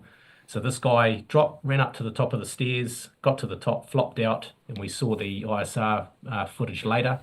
He lay on the roof for a while. One of his mates came over and talked to him, and they must have had a chat about a few things, about the fact that he's going to detonate himself because he didn't have much time to live. So his mate said, yep, we're right. I don't know this for sure, but I'm sure this is a conversation they were having, Yeah. And then he sort of moved around the side of the exit point where the elevator, the stairs were, the fire stairs for the northern stairway out onto the roof, walked around, and he detonated at the exact same time that his mate was in line with him. So he took him out. So he took 2 people out for one, and so that was good for us, right? So like big win. But so as he got to the top and he passed his mate, then we started receiving a heavy weight of fire, and then we started throwing grenades down. So we're in this gun battle in the stairwell, which is not ideal, know. Yeah. So the first grenade that landed at Steve Askin's feet. And then so he called grenade and started running out towards the 4th floor. The door was open out onto the 4th floor, started running towards it. But like the grenade was attached to him by a string, it followed him all the way out to the 4th floor. And he turned around to the left, and it sort of bounced into the hallway and then exploded. And so it semi-concussed him and sort of sent shrapnel up his back, arms and legs. So we're in a gun battle. Steve's out on an uncleared floor. I was yelling out to him. We're trying to get a bead on the guy on the top of the stairs, and we're taking, heavy weight of fire, and grenades and bits and pieces. So I'm not too sure how long we're in there for and how long that gun battle went on for, but eventually we managed to get the guy at the top, and then I was calling out for Steve, and finally he came out. So I said, hey man, come to us, because I don't want to cross this open space, because he can probably still see us if he's up there. So we just gave him a bit of covering fire, got him back to the team, went down one floor, and then we sort of reorientated ourselves. So we got ourselves onto the floor. I decided that I'd have a team that would go down the southern stairwell, and would do a sort of a silent ascent up the southern stairwell, get them behind them, and keep the CAU in the northern stairwell and keep them making noise, so there was a bit of a distraction over in one area. And then at the same time, starting to knock on the doors and starting to push some of the guests down into the kitchen and secure them down in the kitchen, just doing a few things at once. It wasn't by any means anything that we've ever trained before. It was fly by the seat of your pants, do what you have to do right now with the numbers that you have, and just get things moving, and instead of being, methodical and process driven. There was a lot to consider all at the same time. But as I've said before a number of times, when I was on that 3rd floor, I realised now, I realise, I didn't realise it back then, that I was in a complete state of flow. So I was Yeah. completely calm. It Yeah. was like I was sitting on the couch having a Coke, watching, Top Gun on TV on a Saturday, and I could see everything in my mind in 3 dimensions. So I could see everything that had happened, where we'd come from. I could see the floors like I was looking at a CAD drawing, and then I could hear and see things that were above me as well. And it gave me a real clear understanding of what we had to do, and it made my decision making very, very easy. So we're standing on the 3rd floor, and all of that had happened. And at the same time, while we're ascending the stairs, we'd got a Black Hawk on station, and the Black Hawk had picked up a couple of our helo snipers from Camp Warehouse. So they were over the top engaging the terrorists on the roof as well. So there's a lot of fire going backwards and forwards off the roof. And fortunately, there was no moon out that night. So yeah, they were able to stay in the darkness, and so I could hear a lot of fire coming off the roof towards them. I know the old insurgents were trying to knock them out of the sky, and I actually thought I was going to see or hear about a Black Hawk style incident, with the Black Hawk spinning out of control and landing in the bloody car park. And so I was preparing myself for that and what needed to happen to effect the rescue, because obviously something that big, we have to reorientate ourselves with the numbers we had, so it was all these things were going through my mind. So yeah, took a team across to the southern stairwell, quietly made our way up. All this was happening, got to the top and checked the door. The door had a metal bar across it with a lock. So we had explosive charges, placed an explosive charge on the door, and went down one flight. And then I basically called into back to headquarters and said we're in position to assault the roof. They said that they're going to call the helicopter off, only because we had done no coordinated training with the pilots and the gunner, and the gunner was shooting as well. And we just didn't want any blue on blue incidents, so we decided to get the helicopter off into a wider orbit, and we were just going to take control straight away as soon as we made entry.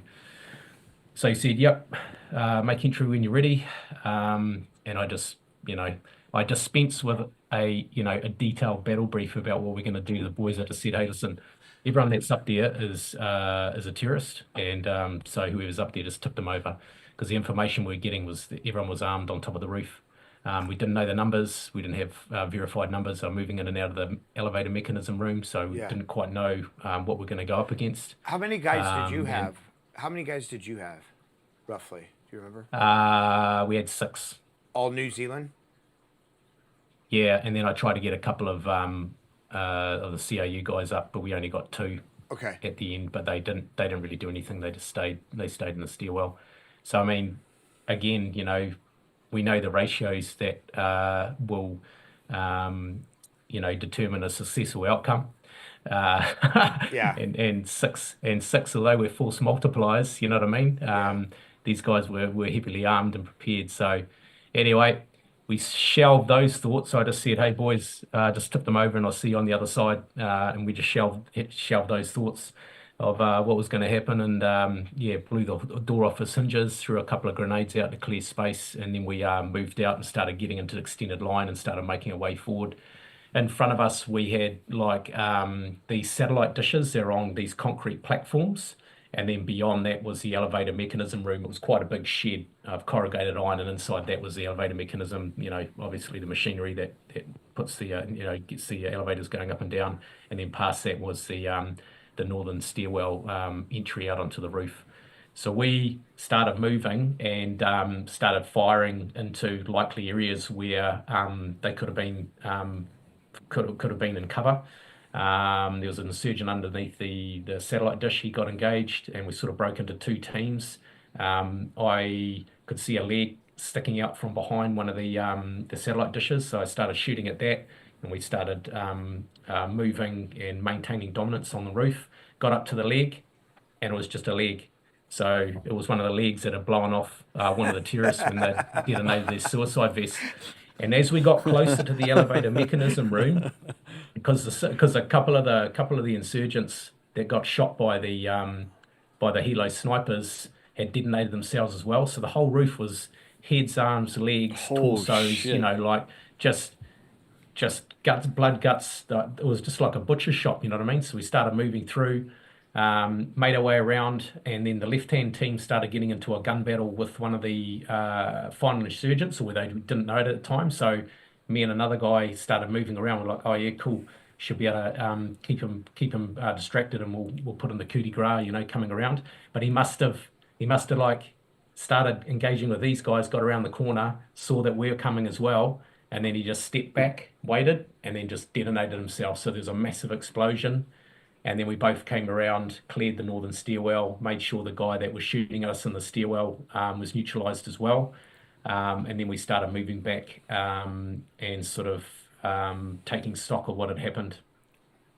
At the same time, a fire was lit in the fifth floor function room, which was directly below us, and the flames were sort of lapping over the top of the sort of the parapet where the roof was.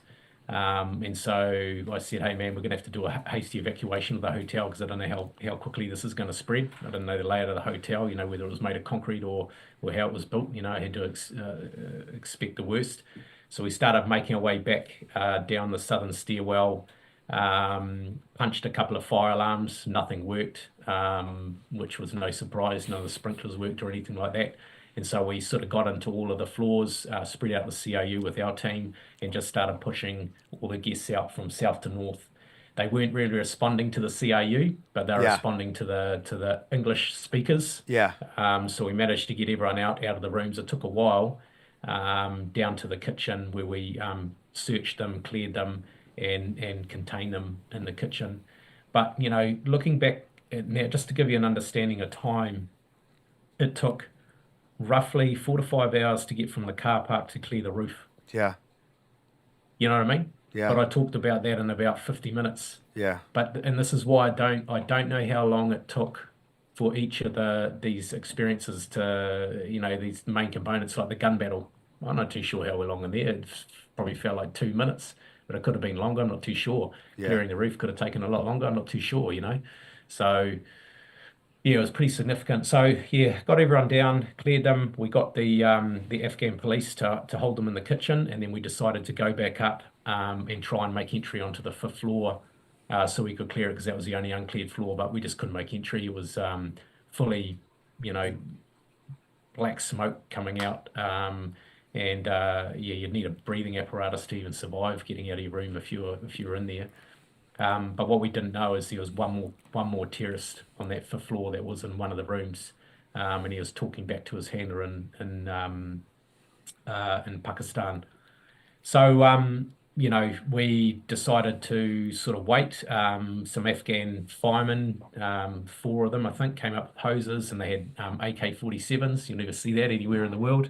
But obviously they're making sure they're protected. You know, of course you're going to be like that. So they went out there, started putting the fire out, and we headed straight up to the roof to do a battle damage assessment. So and it was pretty hard to count the bodies, you know, because they're all in. I was trying to count their heads and the legs, and you know, it was very difficult. But we cleared the suicide vests with our EOD operators, took stock of the weapons and you know, the information that they had on them as well, and started sending that information back. We're up there for a while, and then sort of, you know, mucking around waiting for this fire to go down, and then all of a sudden some automatic fire came out from the side of the hotel, and we're up on the roof, and then all of a sudden we started taking a heavy weight of fire on the roof. So we got down, ducked down, got low on the deck, and I actually thought it was phase 2 of their plan. I thought they're waiting for us to get onto the top, and draw us to the top, and then they're going to start shooting at us from the higher ground around the hotel. So I was sort of looking up, I was like, man, where's it coming from? But we couldn't see anything that was happening around us in the hills, and so we sort of crept to the edge of the parapet there where the roof was, poked our heads over, and it was the inner cordon firing at us, because they must have when we got to the top of the hotel and they heard that we're up there, they probably just relaxed and we're having a bit of a smoke and some chai, and then as soon as the firing started again, they just turned around, saw our heads, and started having a crack. And so they're like, yeah, waving at us, and we're waving back. I was like, man, we dodged a bullet there, literally. So I said, oh, where's the CIU? And they'd left. They just decided to leave and not tell us. They were going back to. They'd been given their orders basically to go back to Camp Olympus, restock their ammunition, and get ready for further attacks in the city, which was part of their operating procedures anyway. So I said, all right then, we're going to have to go in there and sort this guy out. So grabbed a small team, went downstairs. The fifth floor function room still had a lot of smoke and that kind of thing, but was partially out. And then as we're sort of standing around there, these three Russian pilots, 2 or 3 row, I might have been the navigator as well, they came out with their white short sleeve, uniforms with their rank and stuff like that, and their hats and their little travel bags, their little carry-on bags. And they walked over the rubble past us and sort of waved. And I said, are you guys all right? He goes, yes, good. And went downstairs and obviously went to Kaya and boarded their aircraft. It was weird, you know what I mean? Like it just didn't make any sense. And so anyway, we got into action, got through the function room, and decided to make our way around the side of the hotel and get into the fifth floor from that angle. So we started making our way across the balcony. In front of us, we could see some air conditioning ducting. We didn't know at the time, but it had been rigged with a sort of rudimentary improvised explosive device, a grenade on a tripwire. And then past that, we could see some expended cartridges from the AK-47. So we knew, that's where he had come out of. So we decided, we're like, hey man, should we throw a grenade or a flashbang?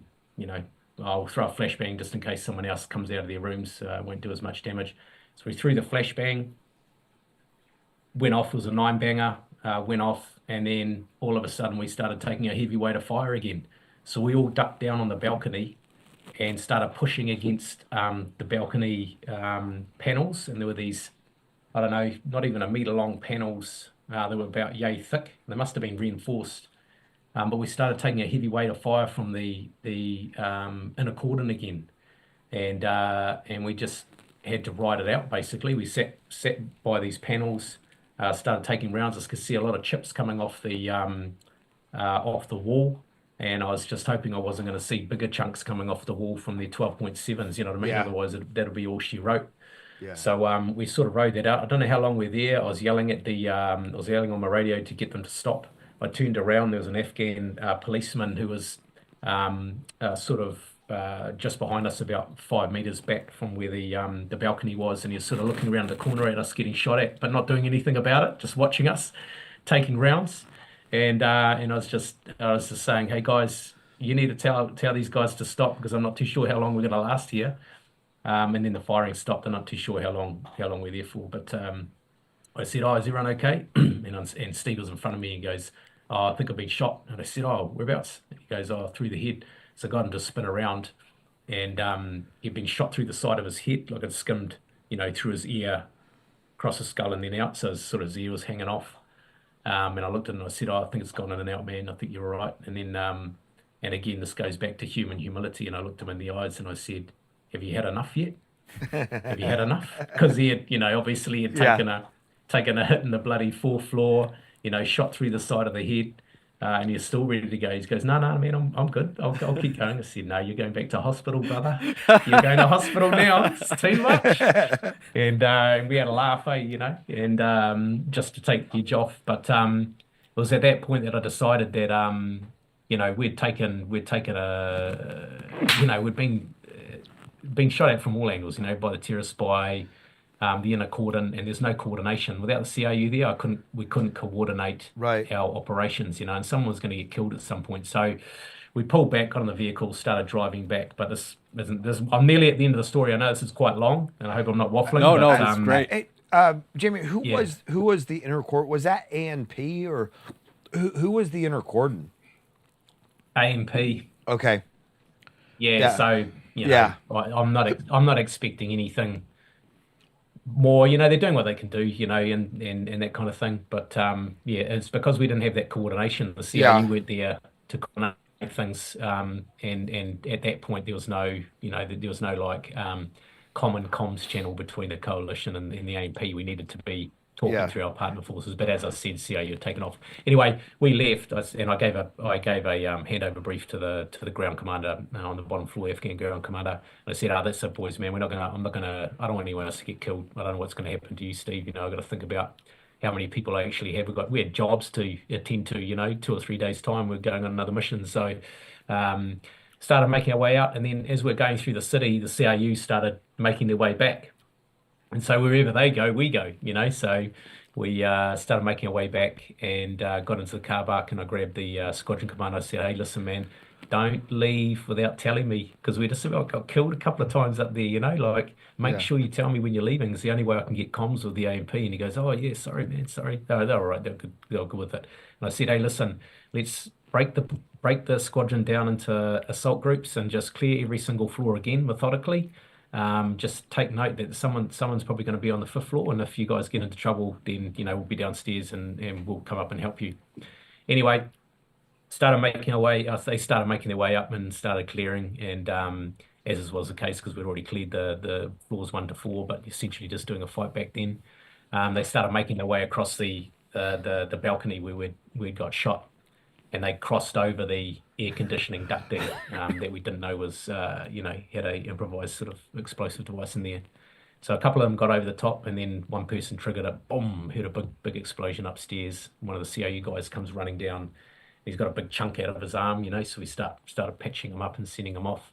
So we made our way up there, and I said, oh, what happened? They said, oh, it went over the air conditioning ducting and it exploded. And so we got our EOD guys to pull it anyway, just pull all that gear clear. And what we didn't know is they pretty much rigged up quite a few of these throughout the hotel. Yeah. And so yeah, they'd done a lot of work in a short amount of time. I know that was pretty good, pretty impressive. So we got up there, and I said, all right, we'll take a couple of these CRU guys, we'll clear the 5th floor until we make contact with this dude, and then that'll be it, you know what I mean? And so we've got the CRU out in front of us. Now, when you're doing these types of operations, then you're going to be prepared with the right tools and equipment. And because we'd been doing a lot of stuff, sort of, residential style, high risk arrests, and in the rural areas, we didn't need to have, all the explosives that you'd take with you on these types of operations, particularly if you've got a large force. But we weren't a large force, we're a small force, so we only had sort of a couple of entry charges. We didn't have 20 odd, lock charges and that kind of thing, so you can make entry without, enduring people in rooms and bits and pieces. So it had to be manual entry. So we got the CRU into it. They blew out pretty quick. And so we took over and started making manual entry into these rooms. Some of the doors were open, some not, and we had to kick them. Anyway, we got to this one room, and one of our operators started sort of giving the door a bit of a kick.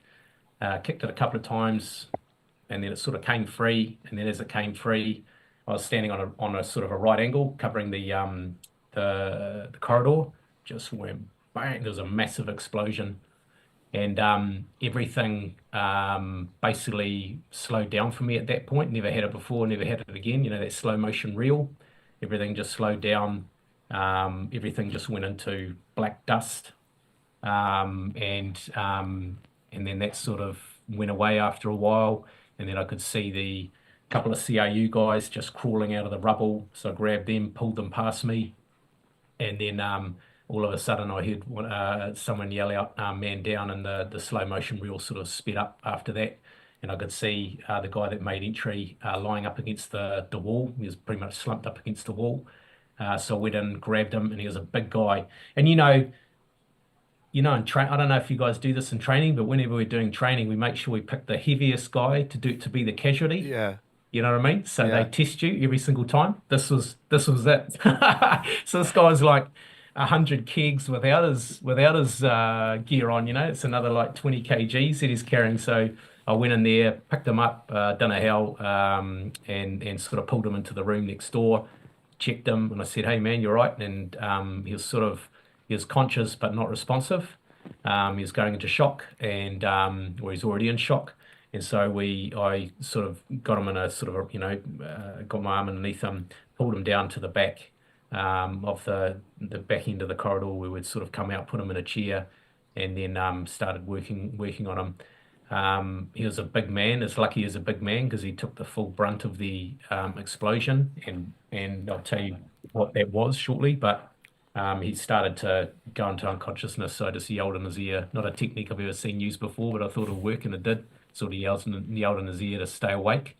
He had a few ball bearings in him, and what we didn't know is that he'd had one that had gone into the pleural space of his chest, and yeah, obviously that'll go from bad to worse from that point if we don't do something about it. So they started working on him, and then I found myself in that space of zeroing in on the casualty where I should be sort of making my having an overwatch. So I moved, let the boys deal with that, moved up the corridor, and I said, is everyone okay? And a couple of the guys were still not in good shape, had been wounded in various forms.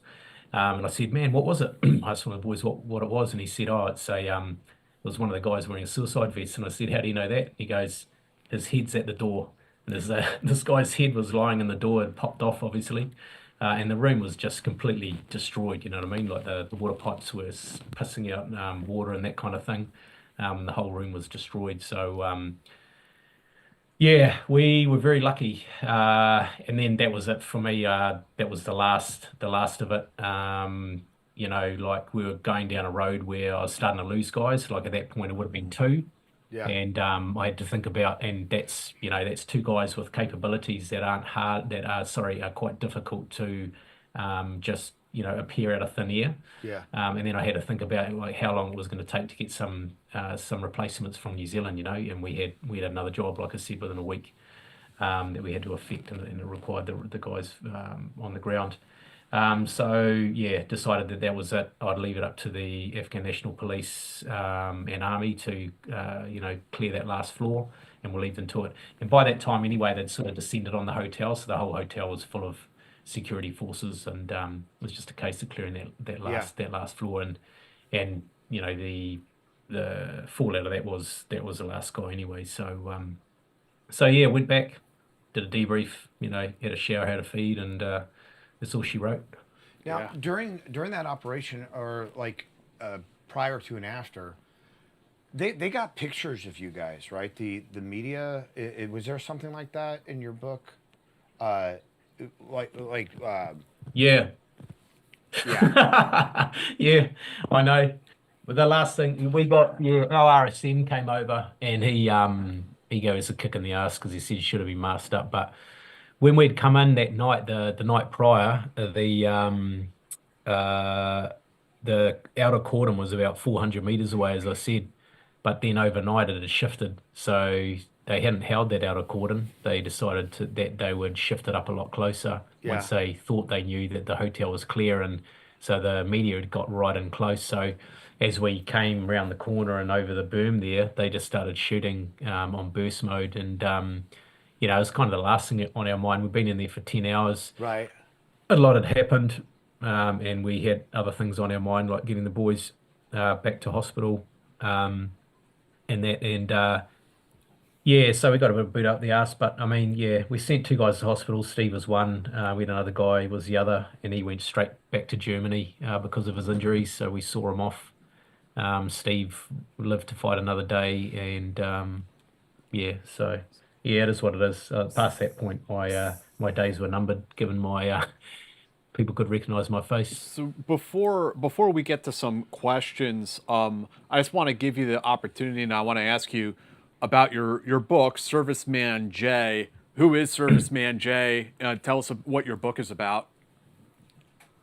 Yeah, so Serviceman J, is basically I guess the name they gave me when my identity wasn't known. Gotcha. So in Wikipedia, if you look up the Gallantry Star recipients, one of them Serviceman J, and that's me now, obviously. The book's about my life, basically, from selection, operations and training in the regiment, and then the transition out of the regiment, and some of the things that are sort of I had to realize, re-identifying who I was, some of the tools and techniques I used to gain more self-awareness and, get my head away from the combat mindset and the pager mentality, and, dark thoughts and sort of dwelling in the aim about things that happened in the past, and sort of orientating in a different direction. Professionally. So for me, with the transition, it was moving away from the military altogether. And I found myself working within professional sports teams in New Zealand at the sort of provincial and national level, and international level. And then, now I'm the head of a campus for a school here in New Zealand, a private school here in New Zealand. So I've been very fortunate with that. So yeah, there's a lot in that book. Yeah, we have some questions. I have a question that there was an urban myth that there was, I believe it might have been Australian Recce, or Australian SAS, but I always heard it was New Zealand SAS, that there was a very professionally done reconnaissance report sent up about a farmer and his goat, and it was done by somebody from New Zealand. Did you ever hear about that? What was the story? It was a right, a farmer and his goat. Yes. Yeah, it would be. Yes. Highly likely. Okay. Yeah. Yeah, we won't go too far with that. Yeah. Yeah. Yeah, that would have been in the early days. Yeah. Yeah. I heard it way back when. Yeah. That's funny. Yeah, no, that'd be right. But it went up the chain. It was like, this is what we saw on this reconnaissance. Yeah. Hey, accurate reporting, mate. They've got to have trust that you're reporting accurately on what's happening on the ground, whatever it looks like. All right. Okay. Joe, thank you very much. How different would you say the New Zealand, Aussie, and UK SAS are from one another culturally and operationally? And how easy is it working with the UK and Aussie SAS? I think the New Zealand, Australian, and British SAS do interpret the tenets of the regiment slightly differently. Although we are similar, there are some differences culturally, I believe, from what I've seen and experienced.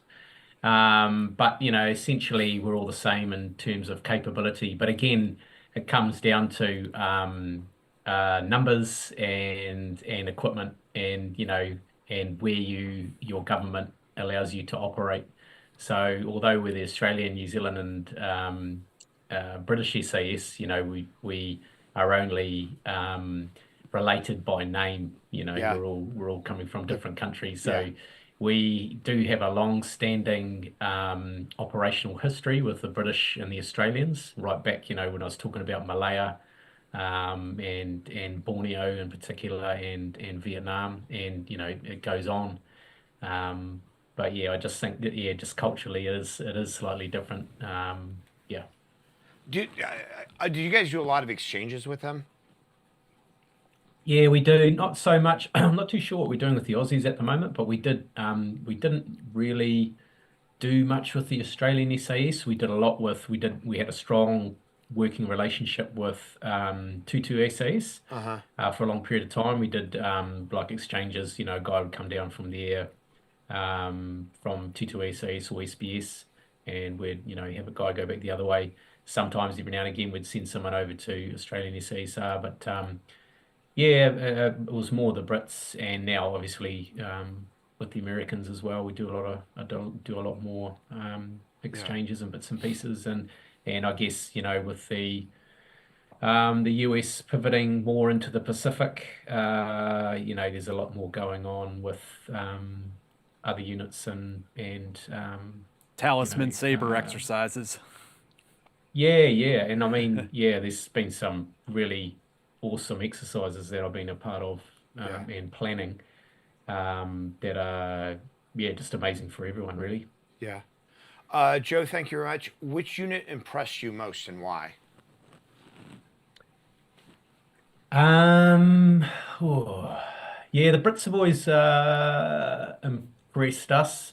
I just that they're quite mischief, you know, like they impress me with their mischief. They're quite mischief out on the source and that kind of thing. But they definitely got that who dares wins attitude, man.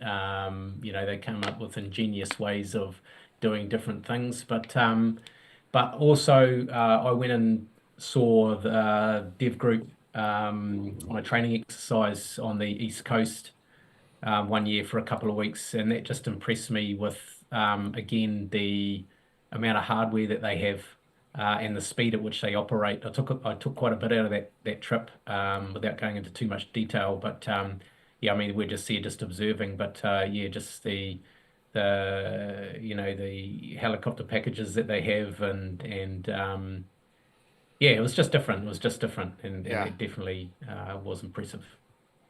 Andrew Dunbar, thank you very much. With the growth of the New Zealand film industry, do you know of any New Zealand veterans working as military consultants in film? Yeah, I think there's one guy that I know of who works as a consultant who was one of our assault sergeants way back in the day.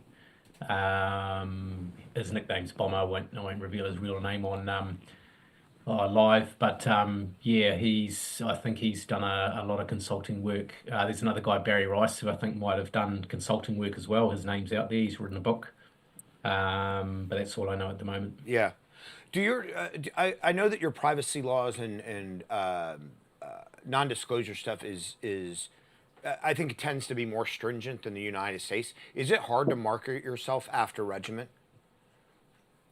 Not really, because I'm not really talking about anything. It sounds like I'm talking about a lot, but I'm not really. Yeah. I mean, you know, me running through the intercom was not anything we've ever trained before Yeah. in any way, shape, or form. So I'm not discussing anything that I've ever been that Right. is any part of a SOPs or Yeah. tactics, techniques, Right. or procedures. It appears that way, but Yeah. yeah, it's just it's giving enough detail without giving Right. away the playbook.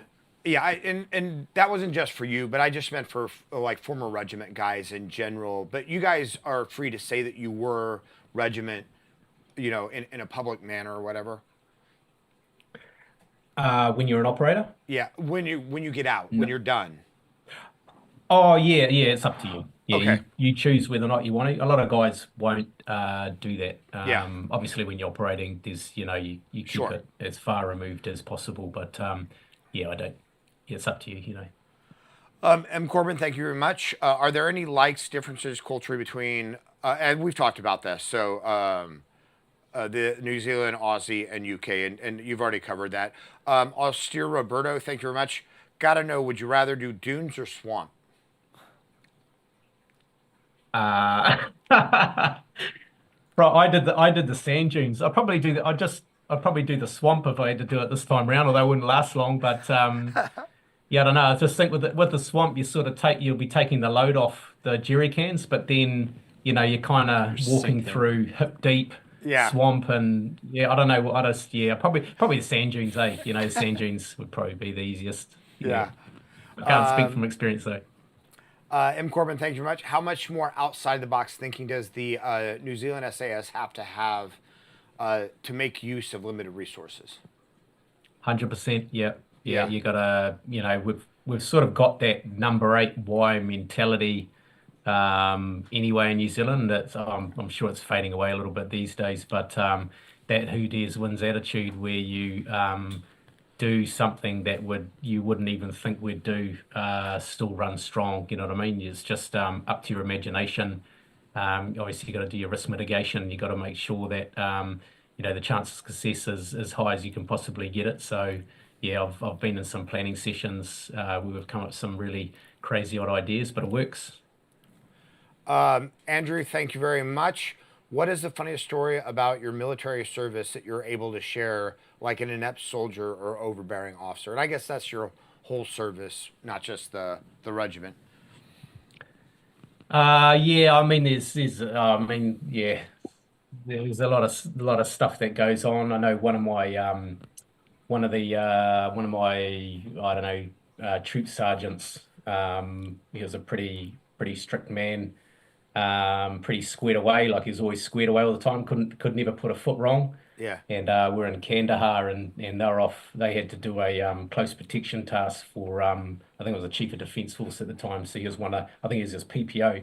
Anyway, I just so happened to be walking back through camp when he was running, like sprinting as fast as he possibly could back to the tent, and then he ran in there. I was wondering what he was doing. Ran in there, and he came running out with his M4 because he had left it behind. He was at the airport just about to board the aircraft to do this job because they had to go into Dubai and grab him and come out. And I caught him. I was the only one that caught him, so I saved that. For our dob session, and yeah, he didn't like that. He didn't like that at all. You put that in your back. Especially when you're a perfectionist. Yeah. Especially when you're a perfectionist, eh? You know? Yeah. You just put it in your back pocket for a. Yeah. So what are you doing, Shane? The humor and humility. Yeah. 100%. Yeah. Never lived that down. Sean, thank you very much with the New Zealand bucks donation. Did you help Steve abseil into the mess hall and steal a cake back in the day? Much respect from 021 Badgie. No. we know who that was. So I'll just say his name, Eel. It was Eel, I'm sure. Yeah. Everyone knows who I'm talking about, who's been in the regiment at the time. And there's one more person that they'll never say was there, and we're not too sure who that was. They protected one person, so I'd love to know who that was. So they rappelled into the they broke in, I assume, rappelled down and stole a cake. Yeah, they had a look through the kitchen window. They could see a cake. Couldn't get in there, so they went up the top. They were from Mountain Troop. So they took off the skylight, took that off, grabbed some ropes, and then rappelled in to eat the cake. And then unfortunately, they did some time in military prison after that. So. Oh my gosh! Holy cow! I hope that cake was worth it. Holy shit! How did they get caught? Like they held formation. These guys had frosting in their beards, or what?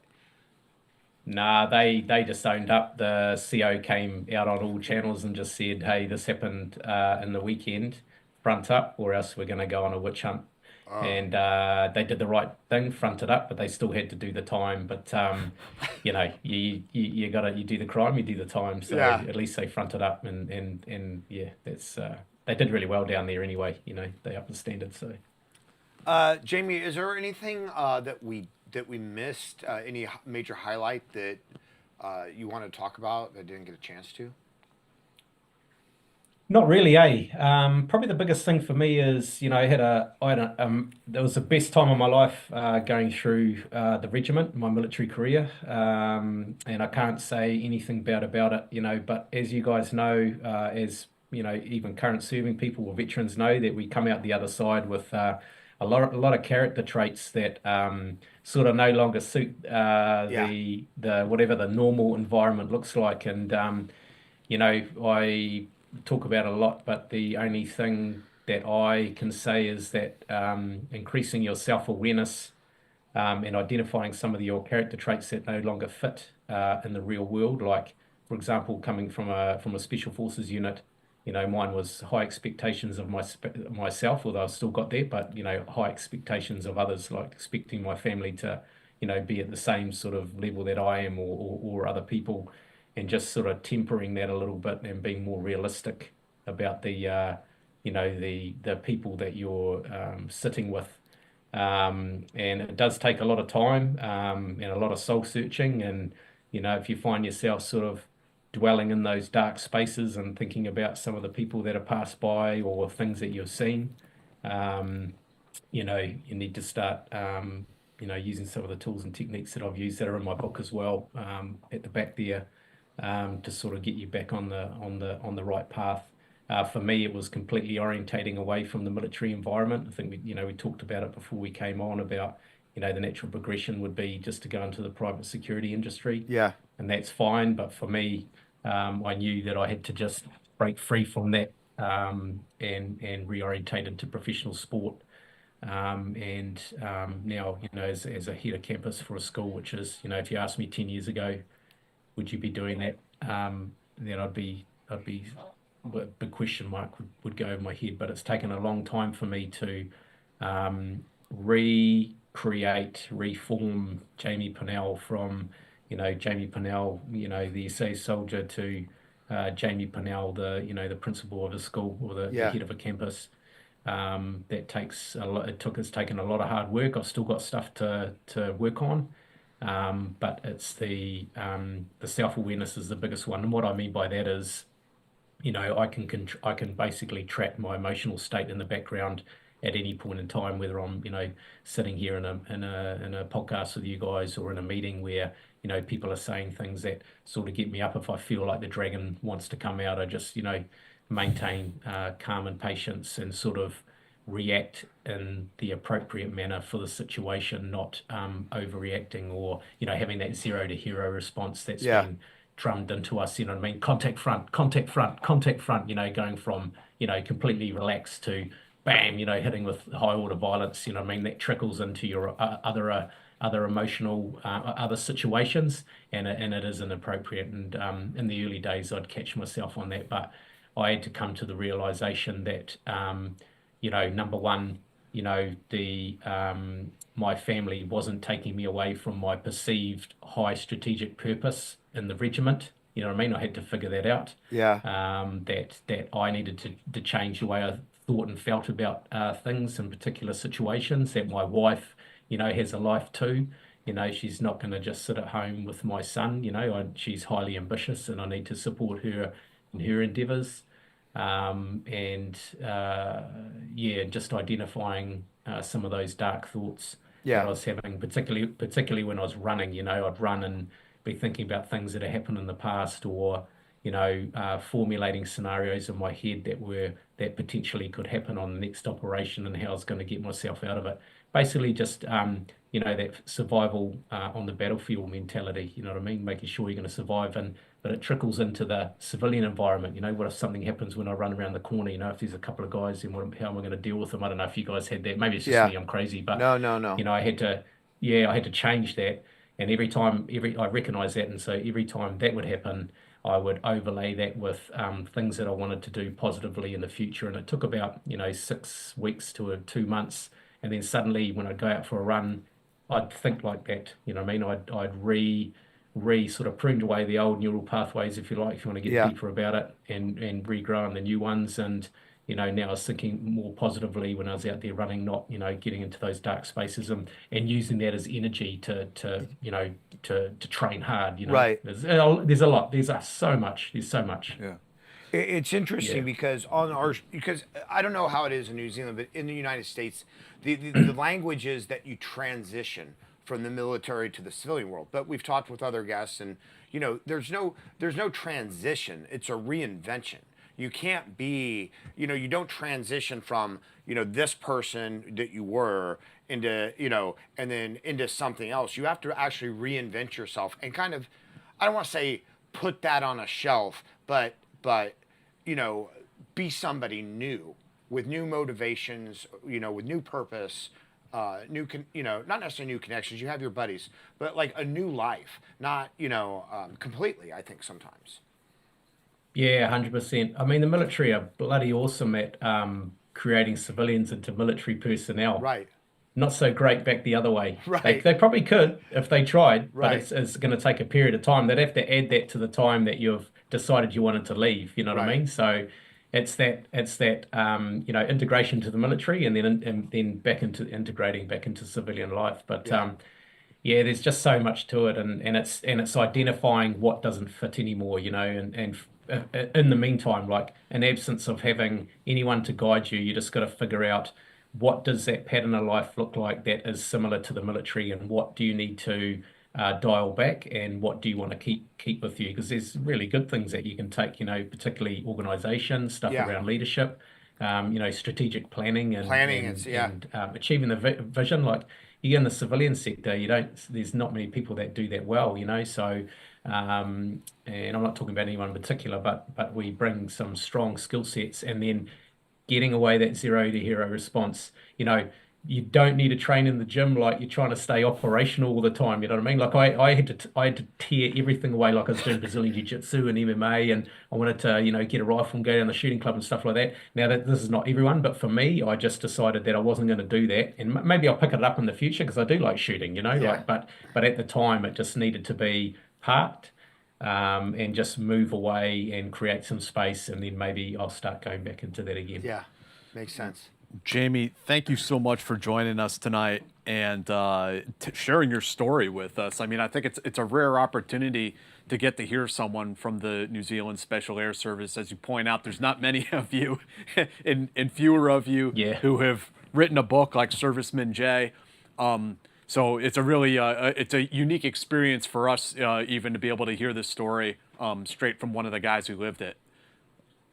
Yeah, I appreciate it, guys. I really appreciate the opportunity to come on here and tell my story and give people an understanding of who we are and what we do. Hopefully, I've achieved that. You're welcome back anytime. And one other thing I remembered, correct me if I'm wrong, the New Zealand SAS has the motto "First among equals." Nah, who dares wins is our motto. Same with the Australians and the British. The first amongst equals is the documentary that we made probably maybe over a decade now. That probably your viewers would be interested in watching. I think it's on all the episodes are on YouTube, and it goes through the selection, training, operations, and all that. So it gives you sort of a little bit of a look in through the crack of the door. Awesome. Fantastic. Thank you so much, Jamie. We really appreciate it. On next Friday, we'll be back with Patrick Weniger. He was senior CIA officer. I'm going to plug a book real quick, too. Oh, yeah. So I'm going to plug this book from this obscure author, Jack Murphy, We Defy. It goes into Det A, Det K, history of special forces a lot of people don't know about. Detachment A in Germany, Detachment K in Korea, kind of Cold War type of strategies. The nuclear program, Green Light. Yep. What else? Blue Light. Blue Light. And the Commanders in Extremis Force is all in there. The SIFs. Yeah. So this comes out when? December 9th. December 9th. And maybe if the author could be a little, standoffish times, but maybe if I can convince him, we'll do an interview about the book. Yeah, no, I heard it. I heard it's a good book, even if the author's a bit of a prick. I actually wrote 5 more pages in the manuscript. New information that came to me just in the last week. So it's still being updated as more things come to light. But it's up for pre-order on Amazon now, and the ebook is up for pre-order. The paperback will be available on the release date on December 9th. And Jamie's book, it's Serviceman J, Jamie Pennell, Pennell. For those of you who are listening, you can get it on Amazon, and you can get it on Kindle from Amazon. Thanks, guys. Thank you, Jamie. Have a nice night, everyone.